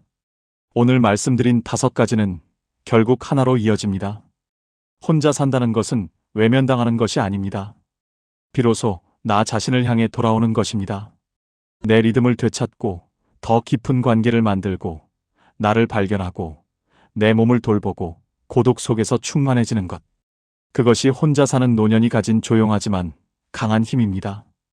이금순 씨는 오늘도 아침 7시에 혼자 밥상을 차립니다. 좋아하는 된장찌개에 나물 반찬. 아무도 눈치 볼 사람이 없습니다. 창밖으로 햇살이 들어옵니다. 금순 씨는 혼자 밥을 먹으면서 혼자 웃습니다. 마트 앞에서 순이를 만났던 그날, 저 사람처럼 살 수 있을까 했는데 지금 자기가 딱 그 모습이라는 걸 압니다. 오늘 5가지 이야기를 함께 들으셨습니다. 핵심을 3가지로 정리해 드리겠습니다. 첫째, 혼자 사는 것은 외면이 아니라 회복입니다. 내 리듬을 되찾고 나를 다시 발견하는 시간입니다. 둘째, 관계는 거리가 생겨야 더 깊어집니다. 보고 싶을 때 보는 관계가 매일 보는 관계보다 더 따뜻합니다. 셋째, 외로움과 고독은 다릅니다. 나 자신과 친해지는 연습을 하십시오. 그것이 가장 단단한 노년의 힘입니다. 이번 주 안에 실천할 작은 숙제를 2가지 드리겠습니다. 첫째, 오늘 저녁 조용히 혼자 앉아 내가 요즘 진짜 즐거운 것이 무엇인지 종이에 적어보십시오. 거창하지 않아도 됩니다. 뜨개질이어도 좋고 라디오 듣기여도 좋고 산책이어도 좋습니다. 그것이 여러분이 다시 찾아야 할 나 자신의 단서입니다. 둘째, 자녀에게 전화할 때 먼저 이렇게 말해보십시오. 나 요즘 잘 지내. 보고 싶으면 와. 기다리는 사람이 아니라 잘 살고 있는 사람으로 먼저 서십시오. 자녀가 더 자주, 더 반갑게 올 것입니다. 오늘 이야기가 마음에 닿으셨다면 지금 사시는 지역과 함께 댓글로 한마디 남겨주세요. 혼자 사는 분들의 이야기가 또 다른 누군가에게 가장 현실적인 용기가 됩니다. 구독과 좋아요도 부탁드립니다. 여러분, 살면서 혼자가 된다는 것이 두렵지 않으셨습니까? 처음 혼자 밥을 차렸을 때, 처음 혼자 명절을 보냈을 때, 처음 아무도 없는 집으로 돌아왔을 때, 그 낯섦과 쓸쓸함을 견뎌오신 것만으로도 이미 대단하신 겁니다. 아무도 알아주지 않아도 그 하루하루를 버텨오신 그 마음이 얼마나 단단하고 귀한지 모릅니다. 그런데 오늘 이 영상을 끝까지 보신 여러분께 한 가지 말씀드리고 싶습니다. 혼자 산다는 것이 끝이 아닙니다. 오히려 진짜 나로 사는 삶의 시작입니다. 최봉남 씨는 45년 만에 처음으로 자신이 먹고 싶은 아침밥을 먹었습니다. 임순례 씨는 50년 만에 처음으로 뜨개질 바늘을 다시 잡았습니다. 박옥희 씨는 강릉 바닷바람을 맞으며 매일 아침 걷습니다.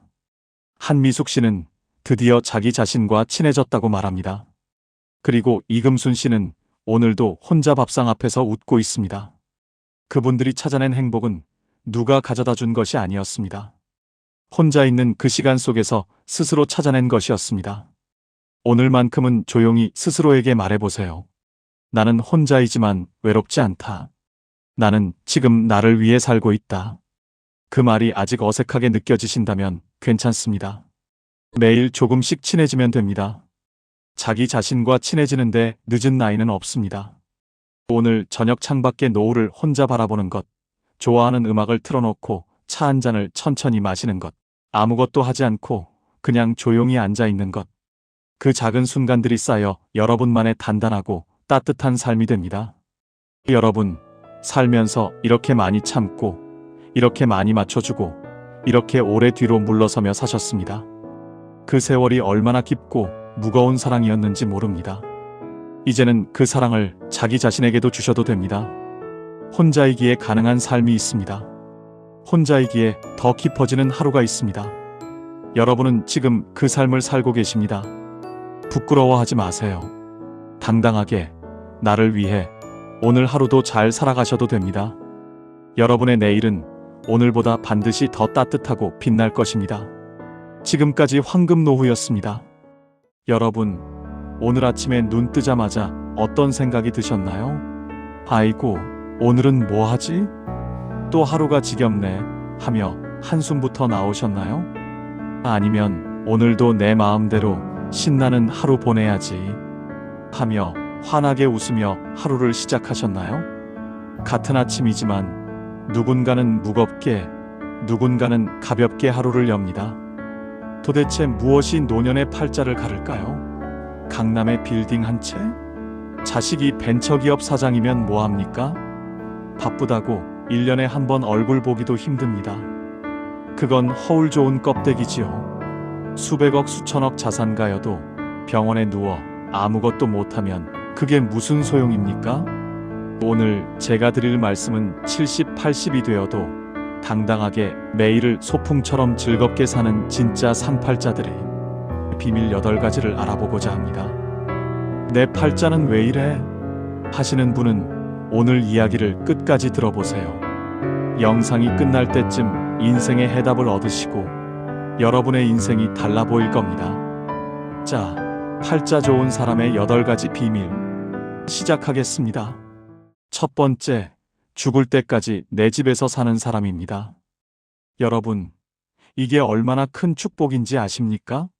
제가 아는 분 중에 이런 분이 계셨습니다. 70대 후반의 김할머니라는 분인데요. 서울 변두리에 작은 빌라 한 채를 가지고 계셨어요.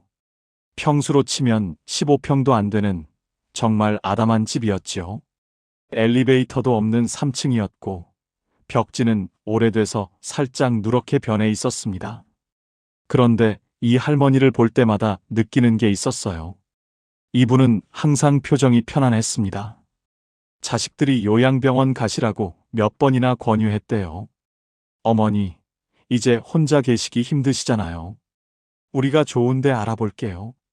그런데 할머니는 단호하게 거절하셨답니다. 아니다. 내가 죽더라도 이 집에서 죽을 거다. 이게 비록 작고 낡았어도 여기가 내 집이다. 왜 그랬을까요? 이유는 간단합니다. 내 집에 있으면 아침에 일어나서 화장실 갈 때 누구 눈치 안 봐도 됩니다. 밤 10시에 배고파서 라면 끓여 먹어도 미안하지 않습니다. TV 볼륨을 조금 크게 틀어도 친구가 갑자기 찾아와도 아무 문제가 없어요. 그런데 자식 집에 가면 어떻습니까? 며느리 눈치, 손주 눈치, 사위 눈치 숨 쉬는 것조차 조심스러워집니다. 요양병원은 또 어떻고요? 아무리 좋은 시설이라 해도 거긴 내 집이 아닙니다. 정해진 시간에 밥 먹고 정해진 시간에 자야 하고 내 마음대로 할 수 있는 게 하나도 없지요. 그래서 말씀드립니다. 내 집이라는 건 단순히 건물 한 채를 의미하는 게 아닙니다. 그건 자유입니다. 존엄입니다. 권력입니다. 아무리 작아도 아무리 낡아도 내 명의로 된 집 한 채가 있다는 것. 그곳에서 내가 하고 싶은 대로 살 수 있다는 것. 이게 바로 노년의 첫 번째 팔자입니다. 혹시 여러분 중에 자식한테 집을 넘겨주신 분 계십니까? 아니면 집을 팔아서 돈을 자식한테 주신 분? 그렇다면 한번 생각해 보세요. 지금 여러분은 어디에 살고 계십니까? 자식이 마련해준 집에 살고 계시다면 그게 과연 진짜 내 집일까요? 물론 효자 효녀들이야 부모님 모시는 걸 당연하게 여기겠지만 문제는 여러분의 마음입니다. 아무리 자식이 잘해줘도 내 명의가 아니면 마음 한구석이 늘 불편합니다. 내가 여기 있어도 되나 이런 생각이 자꾸 들거든요. 저는 어르신들한테 항상 이렇게 말씀드립니다. 집은 마지막까지 절대 넘기지 마세요. 그게 여러분의 생명줄입니다. 조금 강한 표현 같지만 이게 현실입니다. 내 집이 있어야 자식들 앞에서도 당당할 수 있고 내 인생의 마지막까지 주도권을 쥘 수 있습니다. 김할머니는 결국 그 작은 빌라에서 85세까지 사시다가 어느 봄날 아침 편안하게 돌아가셨습니다. 자식들이 발견했을 때 할머니는 당신이 평생 좋아하시던 베란다 자리에 앉아 계셨대요. 창문 너머로 아침 햇살이 쏟아지는 그 자리에서 말이지요. 장례식장에서 들은 이야기인데 할머니의 큰딸이 이렇게 말씀하시더군요. 어머니는 평생 당신이 원하는 대로 사셨어요. 마지막까지도요. 그게 어머니가 우리한테 주신 가장 큰 선물이에요. 내 집. 그게 얼마나 큰 축복인지 혹시 여러분은 생각해 보신 적이 있으신가요? 두 번째, 매달 꼬박꼬박 나오는 연금이 있는 사람입니다. 이게 정말 중요합니다. 왜냐하면 돈이라는 게 나이 들수록 단순히 물질적 가치를 넘어서거든요. 그건 자존심이고 자유이고 때로는 관계를 지키는 방패막이가 되기도 합니다. 제가 아는 두 분의 어르신 이야기를 해드리겠습니다. 비슷한 나이, 비슷한 환경인데 삶의 질이 완전히 다른 두 분이었어요. 한 분은 박할아버지, 평생 공무원으로 일하시다 정년 퇴임하신 분입니다. 매달 200만 원 정도의 연금이 나오셨지요. 또 한 분은 이 할아버지, 자영업을 하시다가 80 가까이 되어 은퇴하신 분인데 연금이 없으셨습니다. 자식들이 한 달에 50만 원씩 용돈을 드렸어요. 겉으로 보기엔 박할아버지가 돈이 더 많으니까 당연히 더 여유롭겠지 생각하실 겁니다. 맞습니다. 그런데 여기엔 돈의 액수보다 더 중요한 차이가 있었어요. 바로 누구 이름으로 나오는 돈인가 하는 겁니다. 박할아버지는 매달 20일이 되면 본인 통장으로 연금이 들어왔습니다. 아무한테도 손 벌릴 필요 없이 그냥 국가에서 정확히는 당신이 평생 일한 대가로 자동으로 입금되는 돈이었지요. 할아버지는 그 돈으로 마트에서 장도 보시고 가끔 친구들 만나면 밥도 사시고 손주들한테 용돈도 주셨습니다. 누가 뭐라 하지 않아도 당신이 원하는 대로 쓰셨어요. 반면 이 할아버지는 어땠을까요? 매달 첫째 주 일요일 자식들이 모이는 날이면 큰아들이 봉투를 건네주었습니다. 아버지, 이번 달 용돈이요. 그 순간 할아버지 표정이 어땠는지 아십니까? 고맙긴 한데 어딘가 모르게 기가 죽어 보이셨어요. 봉투를 받으면서 고맙다, 고맙다 연신 말씀하시는데 그 고마움 뒤에 미안함이 묻어 있었습니다. 자식들도 억지로 주는 건 아니었지만 이 할아버지는 늘 눈치가 보이셨던 거지요. 더 안타까운 건 이 할아버지는 그 50만 원을 쓰는 것조차 조심스러워 하셨다는 겁니다. 애들이 번 돈인데 하시면서 본인 몸이 아파도 병원 가는 걸 미루시고 친구 만나는 것도 자제하셨어요. 돈의 액수가 문제가 아니었습니다. 내 돈이 아니라 자식 돈이라는 생각 때문에 그 돈을 쓸 때마다 마음의 빚이 쌓였던 겁니다. 여러분, 이게 연금의 힘입니다. 연금은 단순히 생활비가 아닙니다. 그건 노년의 자존심을 지켜주는 강력한 무기예요. 내 이름으로 나오는 돈이 있다는 것, 그래서 자식한테 손 안 벌려도 된다는 것, 이게 얼마나 큰 위안인지 모릅니다. 그래도 자식이 효자인데 뭐 어때요? 자식한테 받으면 되지. 이렇게 생각하실 수도 있습니다. 물론 그럴 수도 있지요. 하지만 말입니다. 아무리 효자라도 그 돈을 받을 때마다 부모 마음 한구석은 불편합니다. 사람이란 게 원래 그렇습니다. 베푸는 사람보다 받는 사람이 더 마음이 무겁거든요. 특히 나이 들면 자식한테 짐이 되고 싶지 않은 게 부모 마음 아니겠습니까? 그래서 제가 감히 말씀드립니다. 여러분이 지금 50대, 60대 초반이시라면 연금 준비를 꼭 하세요. 국민연금이든 개인연금이든 뭐든 상관없습니다. 중요한 건 매달 자동으로 나오는 돈을 만들어 놓는 겁니다. 그게 80대의 여러분을 지켜줄 겁니다. 그리고 이미 70대, 80대가 되신 분들, 혹시 지금 자식들한테 용돈 받고 계신가요? 그렇다면 자식들한테 너무 미안해하지 마세요. 여러분이 그 자식들 키우느라 얼마나 고생하셨습니까? 밤낮으로 일하고 끼니 걸으면서 학원비 댔고 아플 때도 참으면서 자식들 입혔고 먹였잖아요. 그러니 지금 받는 용돈은 빚을 받는 게 아니라 그저 당연한 되갚음일 뿐입니다. 하지만 그럼에도 불구하고 내 이름으로 나오는 돈이 있는 사람은 그렇지 않은 사람보다 마음이 훨씬 가볍습니다. 지갑이 두둑해야 마음도 두둑해지는 법이니까요. 세 번째, 혼자서도 기가 막히게 잘 노는 사람입니다. 혹시 여러분 주변에 이런 분 안 계십니까? 자식들은 멀리 살고 배우자도 없고 친구들도 이제 다들 몸이 불편해서 자주 못 만나는데 그런데도 이상하게 심심해하지 않고 매일 뭔가 재미있게 사는 사람 말이에요. 제가 동네에서 만난 최할머니가 딱 그랬습니다. 올해 76세이신데 혼자 사세요. 남편은 10년 전에 돌아가셨고 자식들은 하나는 미국, 하나는 부산에 살아서 1년에 명절 때나 볼까 말까 합니다. 그런데 이 할머니를 보면 외롭다는 느낌이 전혀 안 들어요. 오히려 늘 바빠 보이고 얼굴에 생기가 돌았어요. 어느 날 제가 궁금해서 물어봤습니다. 할머니, 혼자 사시는데 심심하지 않으세요? 그랬더니 할머니가 웃으시면서 이렇게 대답하셨어요. 심심할 틈이 어딨어?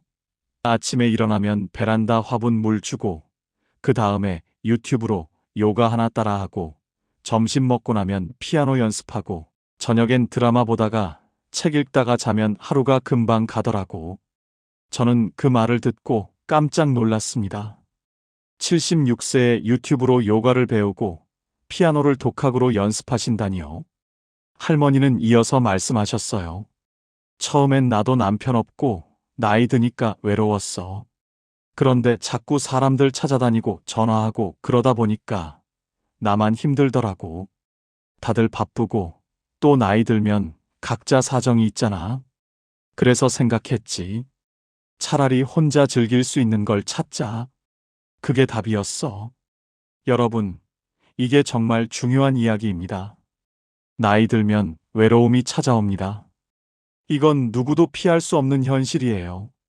자식들은 자식들 인생이 있고, 친구들도 각자 사정이 있고, 배우자마저 먼저 가버리면 정말 혼자가 됩니다. 그런데 여기서 두 부류로 나뉩니다. 한 부류는 끊임없이 외부에서 즐거움을 구하는 사람들입니다. 자식한테 전화하고, 나 심심하다 하고, 친구들한테 매일 연락하고. 그런데 이게 문제가 뭐냐면 상대방이 내 기대만큼 반응해주지 않으면 실망하고 서운해지거든요. 내가 이렇게 외로운데 자식들은 왜 안 오나, 친구는 왜 연락 안 하나 하면서 마음에 상처만 쌓이게 됩니다. 또 한 부류는 혼자서도 즐거움을 만들어내는 사람들입니다. 최할머니처럼 말이지요. 이런 분들은 타인에게 행복을 구걸하지 않습니다. 본인이 스스로 즐거움의 원천이 되는 거예요. 텃밭 가꾸기, 그림 그리기, 악기 배우기, 독서, 글쓰기, 유튜브 보기, 뭐든 상관없습니다. 중요한 건 그 시간이 온전히 내 것이고 내가 주도하는 시간이라는 점입니다. 철학자 쇼펜하우어가 이런 말을 했습니다. 홀로 있을 수 있는 사람만이 자유롭다. 나이 들어 진짜 자유로운 사람은 누구한테 기대지 않아도 되는 사람입니다. 물론 사람은 사회적 동물이니까 완전히 혼자 살 수는 없지요. 하지만 적어도 혼자 있는 시간이 고통이 아니라 축복이 되어야 노년이 편안합니다. 여러분, 혹시 지금 혼자 있는 게 두렵지는 않으신가요? 자식들이 안 오면 불안하고, 친구가 연락 안 하면 서운하고, TV만 켜놓고 하루 종일 멍하니 시간 보내고 계시진 않으신가요? 그렇다면 지금부터라도 찾아보세요. 내가 정말 좋아하는 게 뭔지, 시간 가는 줄 모르고 빠져드는 게 뭔지. 그게 바로 여러분의 노년을 지켜줄 무기가 될 겁니다. 혼자서도 기가 막히게 잘 노는 사람. 그런 사람은 외롭지 않습니다. 아니, 정확히 말하면 고독을 즐길 줄 압니다. 고독과 외로움은 다릅니다. 외로움은 고통이지만 고독은 선물이거든요. 네 번째, 돈 걱정 없이 두 다리 뻗고 잠드는 사람입니다. 여기서 오해하지 말아야 할 게 있습니다. 제가 말하는 건 수십억 자산가가 되라는 게 아니에요. 그저 분수에 맞게 쓸 돈이 준비되어 있으면 된다는 겁니다. 강 할아버지라는 분이 계셨습니다. 평생 중소기업에서 일하시다 은퇴하셨는데 재산이라고 해봐야 작은 아파트 한 채와 예금 몇 천만 원이 전부였어요. 자식들한테 물려줄 만한 큰 돈도 없고 해외여행 다닐 여유도 없었습니다. 하지만 이 할아버지는 늘 마음이 편안해 보이셨어요. 제가 어느 날 여쭤봤습니다. 할아버지, 노후 준비 잘하신 것 같아요. 그랬더니 할아버지가 이렇게 말씀하셨습니다. 잘하긴. 나 별로 가진 거 없어. 그냥 내일 먹을 쌀 걱정 안 하고 아프면 병원 갈 돈 있고 가끔 손주들 용돈 줄 수 있으면 그걸로 됐지 뭐. 욕심 안 내면 사는 게 별로 안 힘들더라고. 여러분, 이게 핵심입니다. 노후에 필요한 돈은 생각보다 많지 않습니다. 물론 병원비, 생활비, 여가비 이런 것들이 필요하긴 하지만 가장 중요한 건 마음의 안정이에요. 내일 당장 쌀이 떨어질까봐 조마조마하지 않고 갑자기 아파도 병원 갈 돈이 있다는 확신. 이게 노년의 평화를 만듭니다. 반대로 돈은 많은데 불안한 사람들도 있습니다. 제가 아는 한 할머니는 자식들한테 이미 재산을 다 물려주셨어요. 내가 죽으면 너희가 상속세 내느라 힘들까봐 하시면서 미리 증여하신 거지요. 그런데 문제가 뭐였는지 아십니까? 정작 본인 수중엔 돈이 별로 없게 된 겁니다.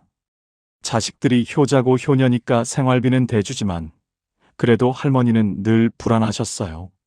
내가 오래 살면 애들한테 짐이 되는 거 아닐까? 이런 걱정에 밤잠을 설치셨다고 합니다. 여기서 우리가 배울 교훈이 있습니다.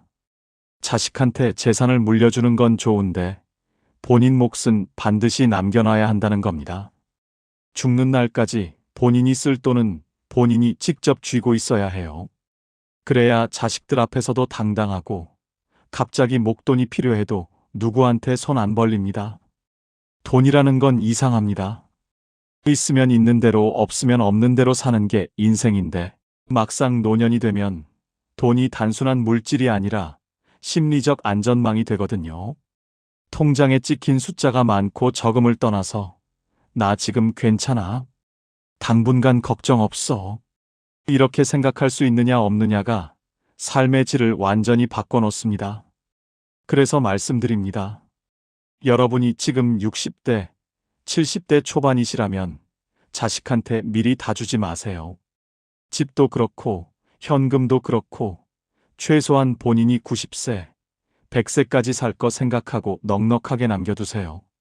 자식들이 아버지, 어머니, 증여하면 세금 절약돼요. 이렇게 말할 수도 있는데 절대 속지 마세요. 세금 아끼려다가 노년에 자존감 잃으면 그게 무슨 소용입니까? 강 할아버지는 지금도 그 작은 아파트에서 편안하게 사십니다. 자식들한테 물려준 건 없지만 자식들이 오히려 할아버지를 더 존중합니다. 왜냐하면 할아버지는 아직도 경제적으로 독립적이시거든요. 돈 달라고 안 하고 오히려 명절 때마다 용돈을 주시니까 자식들 입장에서도 부담 없고 편한 겁니다. 여러분, 돈 걱정 없이 두 다리 뻗고 잔다는 게 뭔지 아십니까? 밤에 누워서 내일 뭘 먹지? 병원비는 어떡하지? 자식한테 또 손 벌려야 하나? 이런 생각 안 하는 겁니다. 그냥 편안하게 눈 감고 오늘도 괜찮았어. 내일도 괜찮을 거야. 이렇게 생각하며 잠드는 겁니다. 5번째, 내 몸이 내 말을 잘 듣는 사람입니다. 이게 정말 중요합니다. 아무리 돈이 많아도, 아무리 자식이 잘나도 내 몸을 내가 제어할 수 없으면 행복하기 어렵습니다. 조 할아버지라는 분이 계셨어요. 젊었을 때 사업을 크게 하셔서 재산이 꽤 많으셨습니다. 서울에 아파트도 여러 채 있고 자식들도 다 잘 컸어요. 그런데 70대 중반에 중풍이 오셨습니다. 왼쪽 몸이 마비되면서 걷지도 못하고 말도 어눌해지셨어요. 자식들이 좋은 요양병원에 모시고 간병인도 붙여드렸지만 할아버지 표정은 늘 어두웠습니다. 어느 날 제가 병문안을 갔더니 할아버지가 눈물을 글썽이시면서 이렇게 말씀하시더군요. 말이 잘 안 나오셔서 한참을 애쓰셨는데 간신히 이렇게 말씀하셨습니다. 돈이 소용없더라. 화장실도 혼자 못 가는데 그 말을 듣고 저는 가슴이 먹먹했습니다. 평생 돈 벌느라 고생하시고 자식들 잘 키우시고 이제 편하게 사실 나이인데 정작 본인 몸을 본인이 컨트롤할 수 없으니 모든 게 무의미해진 겁니다. 반대로 윤 할머니는 어떠셨는지 말씀드리겠습니다. 올해 82세이신데 재산은 별로 없으세요. 작은 전셋집에서 혼자 사시는데 이 할머니는 매일 아침 30분씩 산책을 하십니다. 무릎도 좀 안 좋고 허리도 가끔 아프시지만 그래도 지팡이 짚고 천천히 동네 한 바퀴 도시는 겁니다. 그리고 집에 와서 혼자 밥 해 드시고 청소하시고 빨래하시고 모든 걸 혼자 하세요. 제가 물어봤습니다. 할머니, 힘드시지 않으세요? 할머니가 웃으시면서 말씀하셨어요. 힘들긴 한데 그래도 내 몸이 내 말을 들으니까 다행이지. 요새 내 또래들 보면 다들 누워 지내거나 휠체어 타고 다니는데 나는 비록 느려도 내 발로 걷잖아. 그게 얼마나 큰 행운인지 몰라. 여러분, 이게 노년의 진실입니다. 건강이 전부는 아니지만 건강 없이는 아무것도 의미가 없습니다.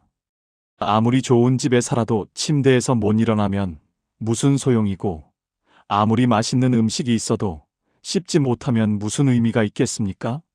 아무리 자식들이 효자라 해도 본인이 화장실도 혼자 못 가면 얼마나 서럽고 창피하겠습니까? 그래서 지금부터라도 여러분 몸을 아끼셔야 합니다. 젊었을 때는 몸이 튼튼해서 조금 무리해도 금방 회복되지만 나이 들면 한번 망가진 몸은 다시 돌이키기 힘듭니다. 무릎이 아프면 무리하지 말고 허리가 안 좋으면 쉬고 당뇨가 있으면 음식 조절하고 고혈압이 있으면 약 꼬박꼬박 챙겨 드시고 나 이제 늙었는데 뭐 건강 관리를 해? 이렇게 포기하시는 분들이 계시는데 절대 그러지 마세요. 70대도 80대도 지금부터 관리하면 달라집니다. 물론 젊었을 때처럼 팔팔하게 되진 않겠지만 적어도 내가 하고 싶은 걸 내 몸으로 할 수 있는 상태는 유지할 수 있습니다. 윤 할머니는 82세에도 본인이 먹고 싶은 반찬을 직접 만들어 드시고 청소하시고 빨래하시고 산책도 하십니다. 물론 예전처럼 빠르게 못 하시고 중간중간 쉬면서 하시지만 그래도 본인이 직접 하신다는 게 중요합니다.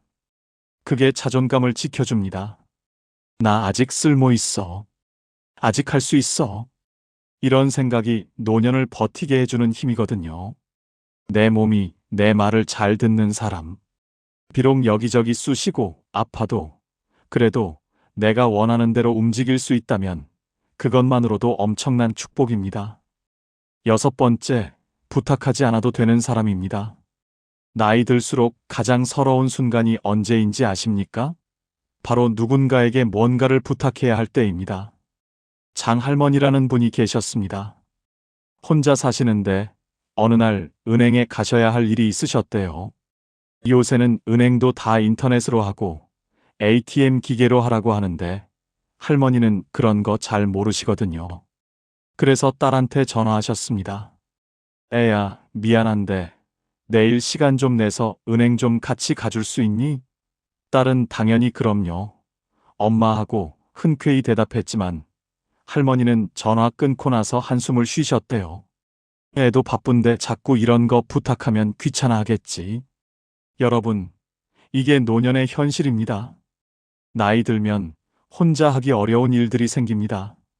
스마트폰 사용법도 어렵고, 인터넷 뱅킹도 어렵고, 관공서 서류 작성하는 것도 복잡하고, 그럴 때마다 자식이나 지인에게 부탁해야 하는데, 그게 입이 안 떨어지는 겁니다. 자존심도 상하고, 미안하기도 하고, 또 거절당할까봐 두렵기도 하고. 그런데 말입니다. 어떤 분들은 부탁을 거의 안 합니다.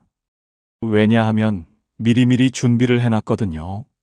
예를 들어 요즘 시대에 맞춰서 스마트폰 사용법을 조금씩이라도 배워놓은 분들, 인터넷 뱅킹을 천천히라도 혼자 할 수 있는 분들, 혹은 동사무소 가서 서류 작성할 때 직원한테 물어보면서라도 혼자 처리할 수 있는 분들, 이런 분들은 자식들한테 연락하는 빈도가 훨씬 적습니다.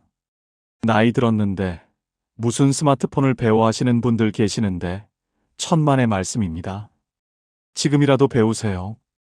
완벽하게 못해도 됩니다. 그냥 기본적인 것만이라도 하시면 됩니다. 전화 걸기, 문자 보내기, 사진 찍기, 유튜브 보기, 은행 앱에서 잔액 확인하기. 이 정도만 하셔도 자식한테 부탁할 일이 절반으로 줍니다. 그리고 또 하나 중요한 게 있습니다. 병원 갈 때예요. 나이 들면 병원 갈 일이 많아지는데 그때마다 자식한테 병원 같이 가자 하면 자식들도 부담스럽습니다. 물론 큰 수술이나 중요한 진료는 당연히 함께 가야겠지만 단순히 약 타러 가거나 정기검진 받으러 갈 때는 혼자 가실 수 있으면 좋습니다. 택시 타고 병원 가서 진료받고 약 타고 다시 집에 오는 거. 이게 가능하면 자식들도 훨씬 마음 편하고 본인도 당당합니다. 물론 모든 걸 혼자 다 하라는 게 아닙니다. 도움이 정말 필요할 땐 당연히 부탁하셔야지요. 하지만 부탁을 최소화할 수 있는 능력, 그게 노년의 자존감을 지켜줍니다. 나 아직 혼자 할 수 있어. 아직 쓸모 있어. 이런 생각이 우리를 젊게 만들거든요. 부탁하지 않아도 되는 사람. 누군가에게 고맙지만 미안하지 않은 노후. 이게 6번째 팔자입니다. 7번째, 오늘 하루를 이유 없이 만족하는 사람입니다. 이게 사실 가장 어려우면서도 가장 중요한 팔자일지도 모릅니다. 여러분, 혹시 요즘 이런 생각하시진 않으신가요? 오늘 뭐 특별한 일도 없었는데 그냥 평범하게 밥 먹고 TV 보고 그렇게 하루가 갔네 그러면서 왠지 허전하고 공허한 느낌. 뭔가 의미 있는 일을 해야 할 것 같은데 막상 하루를 돌아보면 별로 한 게 없는 것 같고 이런 마음 말입니다. 그런데 정할아버지는 다르셨습니다. 올해 78세이신데 이분은 특별한 취미도 없고 큰 계획도 없으세요. 그냥 아침에 일어나서 세수하고 아침 먹고 동네 한 바퀴 걷고 점심 먹고 낮잠 자고 저녁 먹고 TV 보다가 책 조금 읽고 주무세요. 매일 똑같은 일상입니다. 제가 물어봤습니다. 할아버지, 매일 똑같은데 심심하지 않으세요? 할아버지가 웃으시면서 이렇게 대답하셨어요. 심심하긴. 근데 있잖아. 나 이 나이까지 살면서 깨달은 게 하나 있어. 특별한 일이 없다는 게 얼마나 큰 행운인지. 아프지 않고, 배고프지 않고, 추위에 떨지 않고, 그냥 평범하게 하루를 보낼 수 있다는 게 사실은 기적이더라고. 여러분, 이게 정말 중요한 깨달음입니다. 우리는 평생을 뭔가 특별한 것을 추구하며 살아왔습니다. 더 좋은 직장, 더 큰 집, 더 많은 돈, 자식들의 성공. 늘 무언가를 향해 달려왔죠. 그런데 나이 들면 이제 더 이상 추구할 게 별로 없어집니다. 직장도 은퇴했고, 집도 정해졌고, 자식들도 다 컸고, 그러니까 갑자기 허전해지는 겁니다. 이제 뭘 하며 살지? 하지만 정할아버지는 다른 관점을 가지고 계셨습니다. 뭘 하며 사나가 아니라 살아있다는 것 자체에 감사하신 거예요. 아침에 눈 떠서 따뜻한 물로 세수할 수 있고, 밥을 씹어 먹을 수 있고, 동네를 걸을 수 있고, 햇볕을 쬐을 수 있고, 밤에 편안하게 잠들 수 있는 것. 이게 다 특별한 일이라고 생각하신 겁니다. 조선시대 학자 정약용 선생이 이런 말씀을 하셨습니다. 평범한 하루가 쌓여 비범한 인생이 된다. 매일 특별한 일이 있어야 행복한 게 아니라 평범한 하루를 감사히 받아들일 수 있는 마음이 진짜 행복이라는 뜻이겠죠. 그래서 말씀드립니다. 여러분, 오늘 하루 특별한 일 없으셨나요? 그럼 그게 오히려 감사한 일입니다. 큰 사고 없었고, 큰 병 걸리지 않았고, 자식들한테 나쁜 소식 없었고, 그냥 조용히 하루가 지나갔다면 그게 바로 축복입니다. 기대가 크지 않으니까 실망도 적고 욕심이 적으니까 마음이 가볍고 그렇게 살다 보면 늙을수록 더 편안해집니다. 과거에 그때 내가 이렇게 했으면 저 사람은 좋겠다. 나는 왜 이 모양인가 이런 생각들 이제 내려놓으세요. 그런 생각들이 우리를 늙게 만듭니다. 비교하고 후회하고 부러워하는 그 순간 우리는 지금 이 순간을 놓치게 됩니다. 그리고 지금 이 순간이 사실은 가장 소중한 건데 말이죠. 오늘 하루를 이유 없이 만족하는 사람.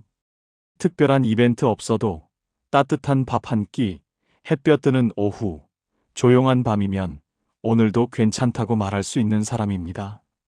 마지막 8번째, 정리할 줄 아는 사람입니다. 이건 좀 냉정하게 들릴 수도 있는데 사실은 매우 중요한 이야기입니다. 홍 할머니라는 분이 계셨습니다. 이분은 평생 친구 관계를 매우 소중히 여기신 분이었어요. 젊었을 때부터 친구들과 자주 만나고 연락하고 모임도 열심히 참석하셨지요. 그런데 70대 중반이 되면서 할머니는 점점 피곤해지기 시작하셨습니다.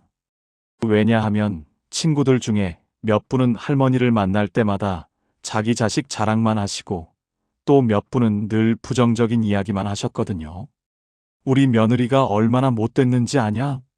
요새 세상 정말 살기 힘들어. 나 요즘 이것저것 다 아파서 죽을 것 같아. 만날 때마다 이런 이야기만 듣다 보니 할머니는 친구 만나고 나면 오히려 기분이 안 좋아졌습니다. 어느 날 할머니가 결심을 하셨습니다. 이제 나도 나이 들었는데 힘든 관계까지 억지로 유지할 필요 없겠다. 그래서 조용히 서서히 연락을 줄이기 시작하셨어요. 먼저 전화 안 하고 모임 참석도 빼기 시작하고 처음엔 좀 미안하고 불안하셨대요. 내가 너무 이기적인 건가? 친구들이 서운해하면 어떡하지?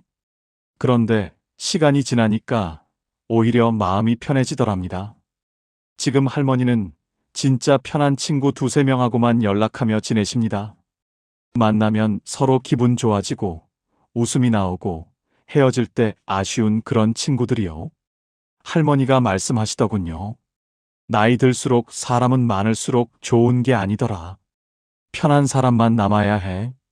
외로움보다 더 사람을 늙게 만드는 건 억지 관계에서 오는 피로야.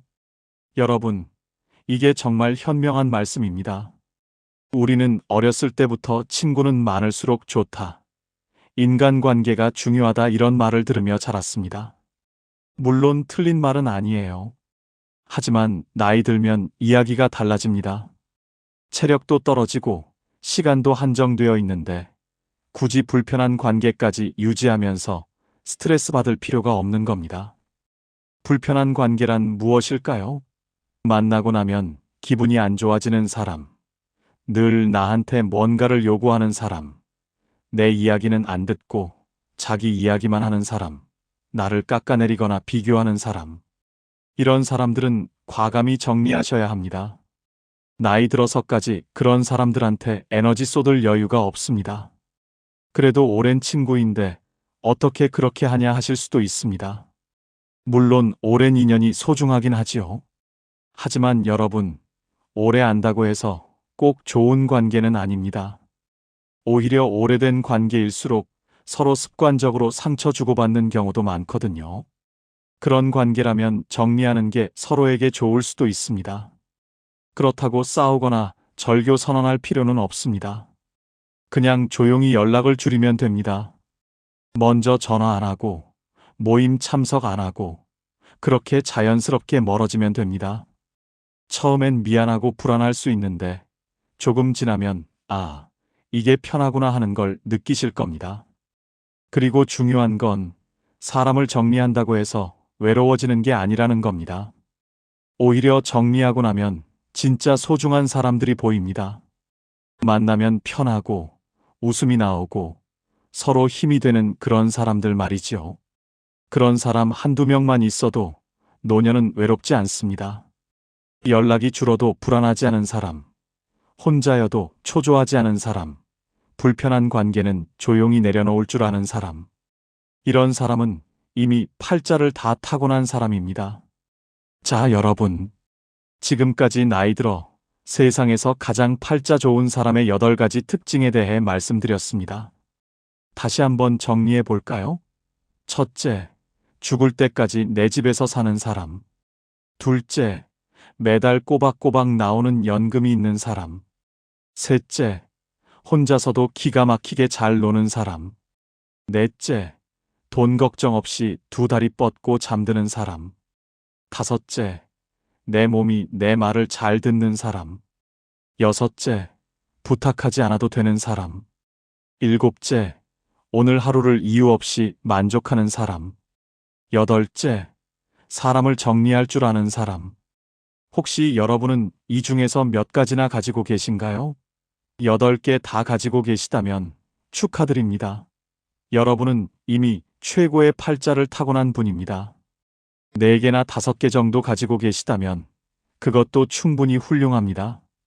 완벽한 사람은 없으니까요. 그리고 만약 하나도 없다고 느끼신다면 걱정하지 마세요. 지금부터라도 하나씩 만들어 가시면 됩니다. 중요한 건 말입니다. 이 8가지는 사실 돈이나 지위로 살 수 있는 게 아니라는 겁니다. 이건 태도이고 선택이고 마음가짐입니다. 내 집에서 산다는 건 결국 독립적으로 살겠다는 의지고, 연금이 있다는 건 미리 준비했다는 거고, 혼자 잘 논다는 건 스스로를 사랑한다는 거고, 돈 걱정 없이 잔다는 건 분수를 안다는 거고, 몸이 말을 듣는다는 건 평소에 관리했다는 거고, 부탁 안 한다는 건 자립심이 있다는 거고, 하루에 만족한다는 건 감사할 줄 안다는 거고, 사람을 정리한다는 건 용기가 있다는 겁니다. 결국 이 모든 건 나를 존중하고 나를 지키는 삶으로 귀결됩니다. 나이 들수록 남한테 기대지 않고 남과 비교하지 않고 내 방식대로 당당하게 사는 것. 이게 진짜 팔자 좋은 사람의 모습입니다. 여러분, 오늘 이 이야기를 들으시면서 혹시 마음에 와닿는 부분이 있으셨나요? 아니면 나도 저렇게 살고 싶다 하는 생각이 드셨나요? 그렇다면 오늘부터 작은 것 하나라도 시작해 보세요.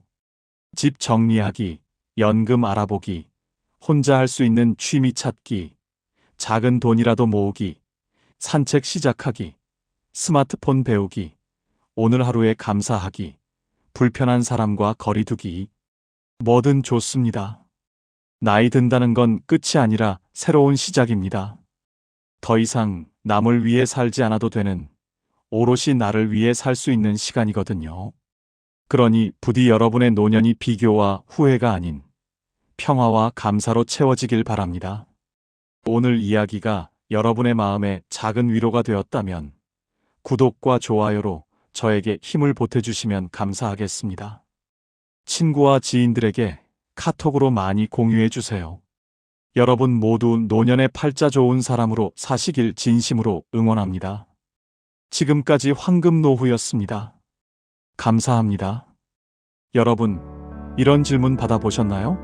70세쯤 되면 많은 분들이 이런 말을 듣습니다.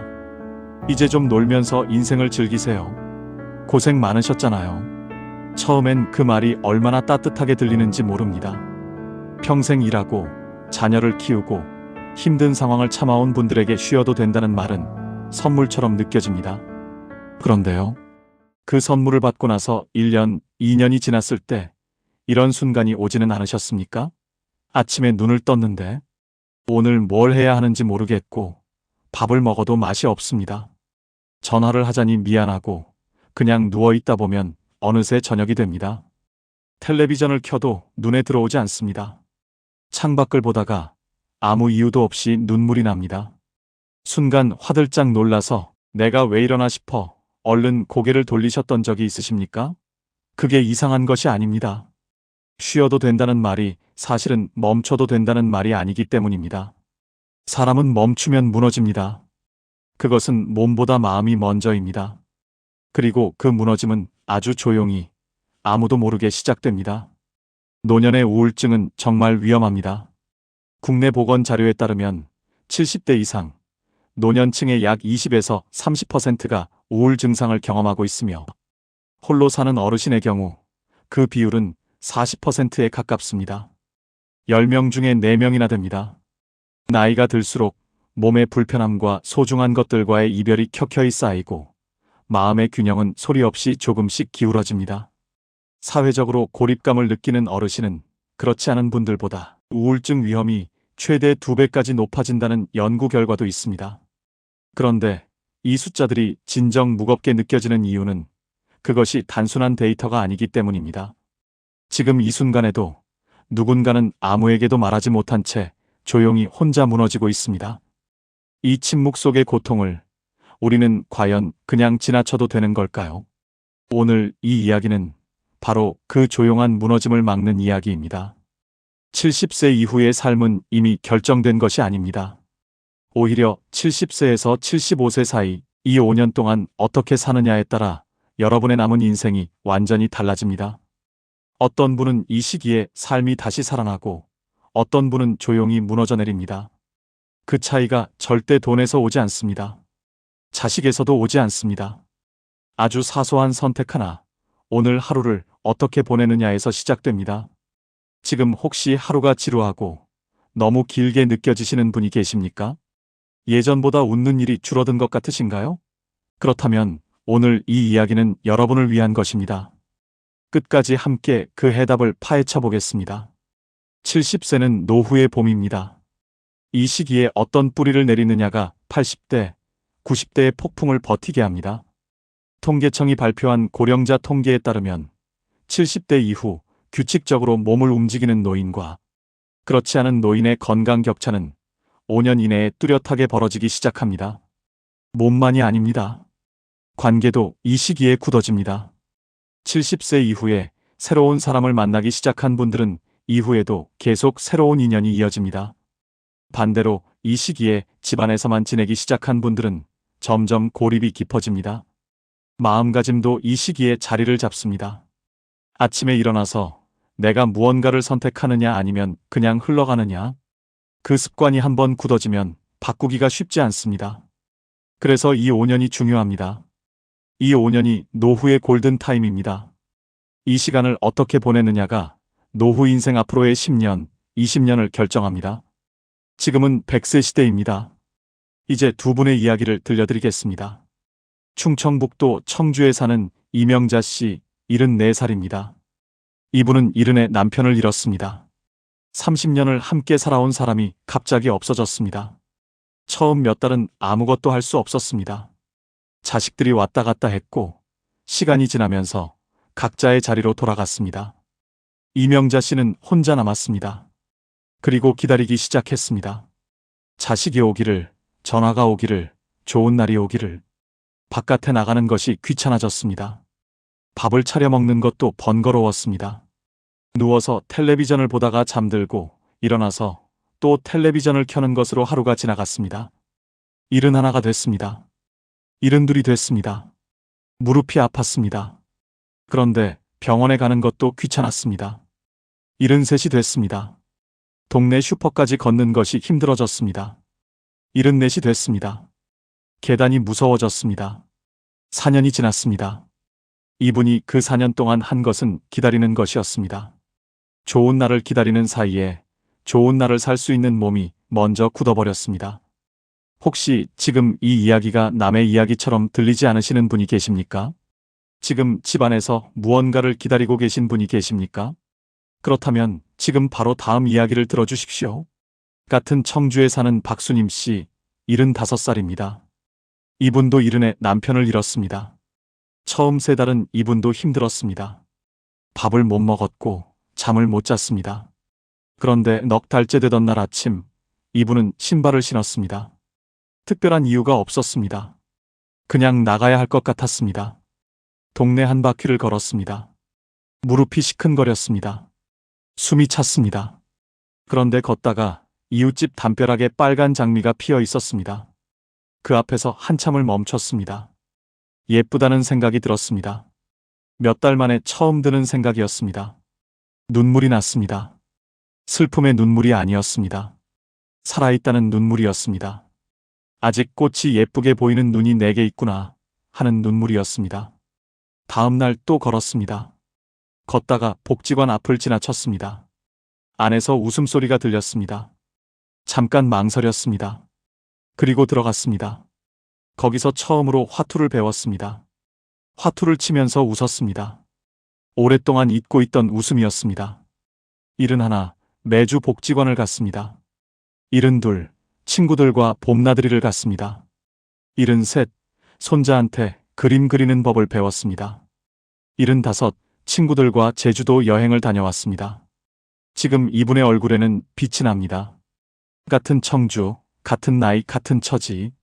그런데 삶이 완전히 달라졌습니다. 무엇이 달랐습니까? 신발을 신었는가, 신지 않았는가. 그 하나였습니다. 에픽테토스는 말했습니다. 당신에게 일어나는 일이 당신을 만드는 것이 아니다. 그 일에 어떻게 반응하느냐가 당신을 만든다. 이명자 씨와 박수님 씨에게 일어난 일은 같았습니다. 그런데 반응이 달랐습니다. 그 반응 하나가 4년 뒤의 삶을 완전히 갈라놓았습니다. 그렇다면 행복한 노년과 무너지는 노후의 차이를 만드는 것은 무엇입니까? 오늘 5가지로 말씀드리겠습니다. 첫 번째는 매일 몸을 움직이는 것입니다. 자전거를 생각해 보십시오. 자전거는 달릴 때 쓰러지지 않습니다. 페달을 밟고 앞으로 나아갈 때 균형을 잡습니다. 그런데 멈추는 순간 넘어집니다. 우리 몸도 꼭 이렇습니다. 움직일 때 살아납니다. 멈추면 굳습니다. 세계보건기구가 권고하는 65세 이상 노인의 신체 활동은 하루 20분 남짓의 가벼운 걷기입니다. 헬스장이 아닙니다. 마라톤이 아닙니다. 그냥 동네 한 바퀴입니다. 그 20분이 만성질환의 위험을 낮추고 우울증을 막고 수면의 질을 올립니다. 그런데 그보다 더 중요한 것이 있습니다. 그 20분 동안 만나는 것들입니다. 담벼락의 꽃, 이웃의 얼굴, 계절의 냄새.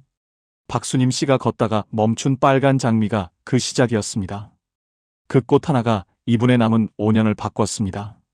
충남 아산에 사는 김분희 씨, 올해 73입니다. 이분도 걷기를 시작하면서 달라진 분입니다. 평생 가족을 위해 살았습니다. 꽃을 좋아했지만 꽃을 산 적이 없었습니다. 가족 밥상에 쓸 돈도 모자랐고 나를 위해 돈을 쓰는 것이 사치처럼 느껴졌습니다. 어느 봄날 걷다가 꽃집 앞에 멈췄습니다. 노란 프리지어가 한 다발 놓여 있었습니다. 향이 코끝에 닿았습니다. 이분은 지갑을 열었습니다. 5,000원짜리 꽃 한 다발을 샀습니다. 태어나서 처음으로 자신을 위해 꽃을 산 것이었습니다. 집에 돌아와 꽃병에 꽂고 식탁 위에 올려놨습니다. 그리고 그 앞에 앉아서 한참을 울었습니다. 왜 우는지 몰랐습니다. 그냥 눈물이 났습니다. 나중에 이분은 말했습니다. 그게 서러움이었는지 고마움이었는지 지금도 모르겠어요. 그냥 그 꽃이 너무 예뻐서 이걸 이제야 샀다는 것이 이상하게 마음이 복잡했어요. 그날 이후 이분은 일주일에 한 번 꽃을 삽니다. 5,000원짜리도 좋고 3,000원짜리도 좋습니다. 식탁 위에 꽃이 있는 아침이 전과 다릅니다. 꽃을 보면서 밥을 먹는 것이 이분에게는 지금 하루 중 가장 좋은 순간입니다. 몸을 움직이다 보면 이런 순간들을 만납니다. 장미도 만나고 프리지어도 만나고 이웃도 만납니다. 그 만남들이 조금씩 쌓여 하루를 바꾸고 하루가 쌓여 한 달을 바꾸고 그 한 달들이 모여 남은 인생을 바꿉니다. 두 번째는 사람을 만나는 것입니다. 서울대 노화고령사회연구소가 발표한 연구에서 이런 결과가 나왔습니다. 정기적으로 사회활동에 참여하는 노인은 그렇지 않은 노인에 비해 우울감이 40% 낮게 나타났습니다. 40%입니다. 약이 아닙니다. 병원이 아닙니다. 사람을 만나는 것 하나로 40%입니다. 그런데 많은 분들이 이렇게 말씀하십니다. 나이 들어서 새로운 사람을 사귀는 것이 어렵다고. 처음 가는 곳이 낯설다고. 맞습니다. 처음은 낯섭니다. 그런데 씨앗을 생각해 보십시오. 씨앗을 처음 심을 때 흙이 딱딱합니다. 삽을 꽂기가 힘듭니다. 그런데 한 번 심고 나면 싹이 납니다. 두 번째는 조금 쉽습니다. 세 번째는 더 쉽습니다. 사람을 만나는 것도 꼭 이렇습니다. 처음 복지관 문을 여는 것이 가장 어렵습니다. 두 번 가면 얼굴이 보입니다. 세 번 가면 이름을 압니다. 이름을 아는 사람이 생기는 순간 하루가 달라집니다. 하버드 의과대학이 724명의 삶을 85년에 걸쳐 추적한 연구가 있습니다. 이 연구의 결론은 단 하나였습니다. 노년의 행복과 건강을 결정하는 가장 강력한 요인은 따뜻한 인간관계라고. 돈이 아니었습니다. 명예가 아니었습니다. 나를 알아봐주는 사람, 내 이름을 불러주는 사람, 오늘 어떻게 지냈냐고 물어봐주는 사람. 그 사람이 있느냐 없느냐가 노년의 행복을 결정했습니다. 복지관이든 경로당이든 문화센터든 동네 공원이든 사람이 있는 곳으로 가십시오. 그곳에 여러분을 기다리는 인연이 있습니다. 세 번째는 작은 것을 배우는 것입니다. 괴테는 87세에 파우스트를 완성했습니다. 평생을 써온 작품의 마지막 장을 87에 마무리했습니다. 그는 말했습니다. 인간은 노력하는 한 방황한다. 그러나 그 방황이 곧 전진이다. 배운다는 것은 거창한 것이 아닙니다. 스마트폰으로 사진 찍는 법을 배우는 것도 좋습니다. 노래 교실에 나가는 것도 좋습니다. 처음으로 혼자 버스를 타고 낯선 동네에 가보는 것도 좋습니다. 새로운 것을 처음 경험하는 그 순간 뇌가 살아납니다. 설렘이 생깁니다. 경기도 용인에 사는 박정희 씨, 72살입니다. 30년 넘게 교단에 섰던 선생님입니다. 퇴직 후 반년이 지났을 때 옛 제자에게서 연락이 왔습니다. 선생님, 요즘 뭐 하세요? 그 질문 앞에서 이분은 잠깐 멈췄습니다. 답이 없었습니다. 그냥 있어요. 그 말이 이분에게 충격이었습니다. 30년을 교단에서 살았던 사람이 반년이 지난 뒤에 아무 답도 없다는 것이.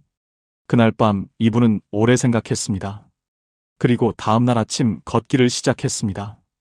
2달이 지나자 수채화 수업을 등록했습니다. 젊을 때부터 배우고 싶었던 것이었습니다. 항상 나중에 하자고 미뤄왔던 것이었습니다. 첫 수업날 팔레트 앞에 앉았을 때 가슴이 뛰었습니다. 설렘이었습니다. 이 나이에 설렘이 있다는 것이 새삼스러웠습니다. 지금 이분은 매주 화요일 오전이 기다려집니다. 아들이 가끔 전화해서 말합니다. 엄마, 요즘 많이 바빠 보여요. 그 말이 이분에게 가장 큰 칭찬입니다. 바쁜 엄마. 퇴직 후 반년 동안 없었던 말이었습니다. 네 번째는 내 삶의 키를 내가 잡는 것입니다. 배를 생각해 보십시오. 배는 바람이 어디서 불어도 키를 잡은 사람이 방향을 정합니다. 순풍이 불어도 역풍이 불어도 키를 잡은 사람이 있어야 배가 원하는 곳으로 갑니다. 그런데 키를 내려놓으면 어떻게 됩니까? 배는 바람 부는 대로 흘러갑니다. 경상북도 안동에 사는 최봉수 씨, 78살입니다. 이분은 이른에 자식들이 이제 쉬라고 했습니다. 아버지, 이제 우리가 부양할게요. 이분은 정말 쉬었습니다. 처음에는 편했습니다.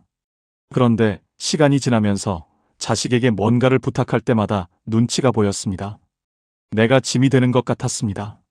전에는 내가 무언가를 할 수 있는 사람이었는데 이제는 아무것도 할 수 없는 사람이 된 것 같았습니다.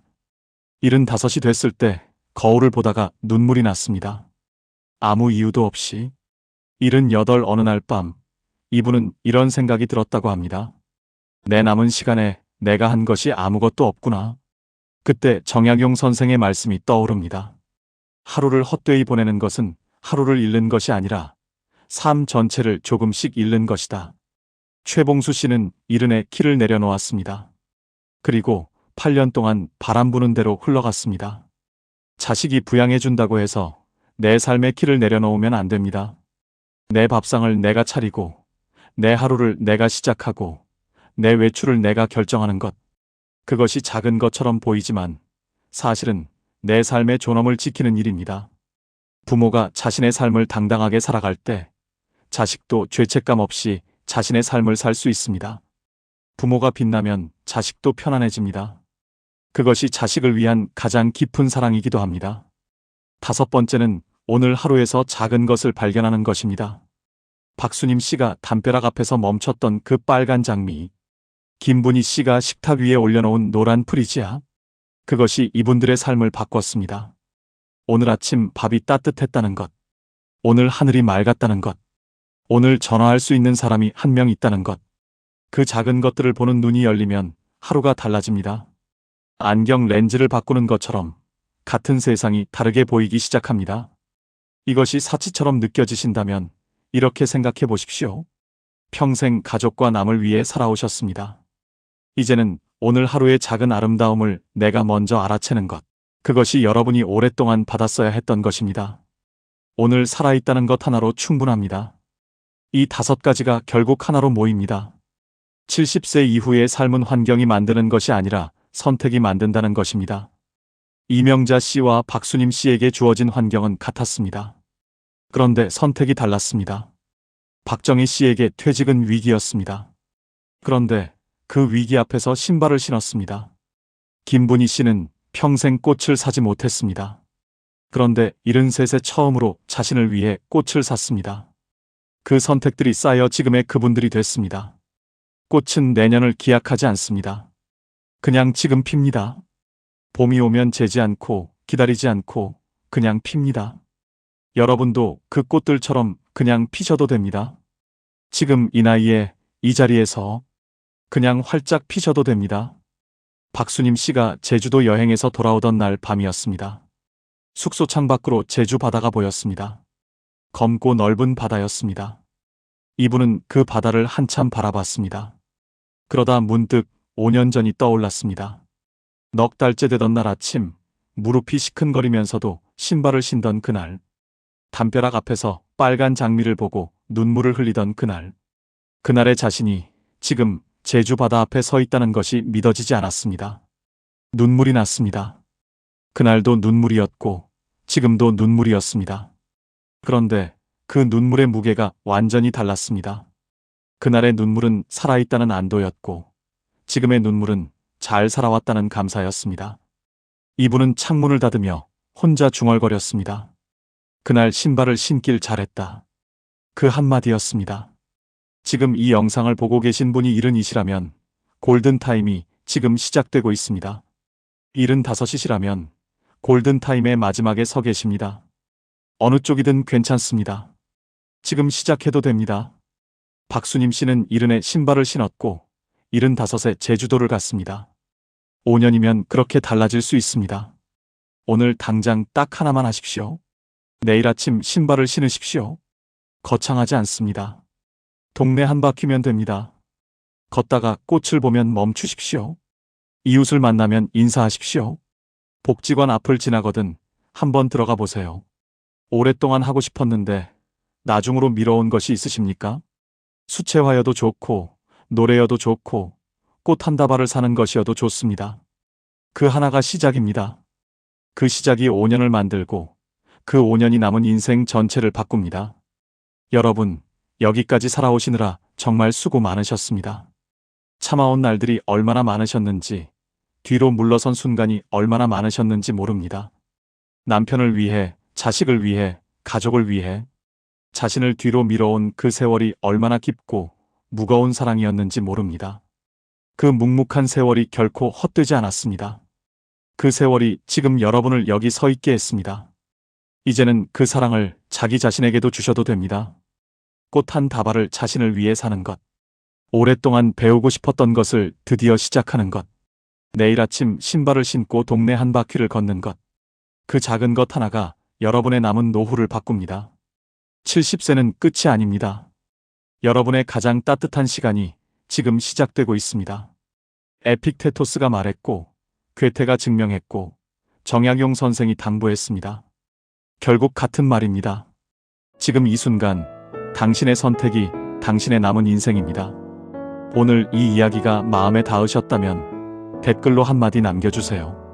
지금 사시는 지역과 함께 내일 시작하고 싶은 것 하나를 써주십시오. 그 한 줄이 지금 혼자 이 영상을 보고 있는 누군가에게 가장 현실적인 용기가 되고 여러분의 황금 노후를 위한 다짐이 됩니다. 오늘도 끝까지 함께 해주셔서 진심으로 감사드립니다. 황금 노후는 여러분의 행복을 위해 평생 응원하겠습니다. 지금까지 황금 노후였습니다.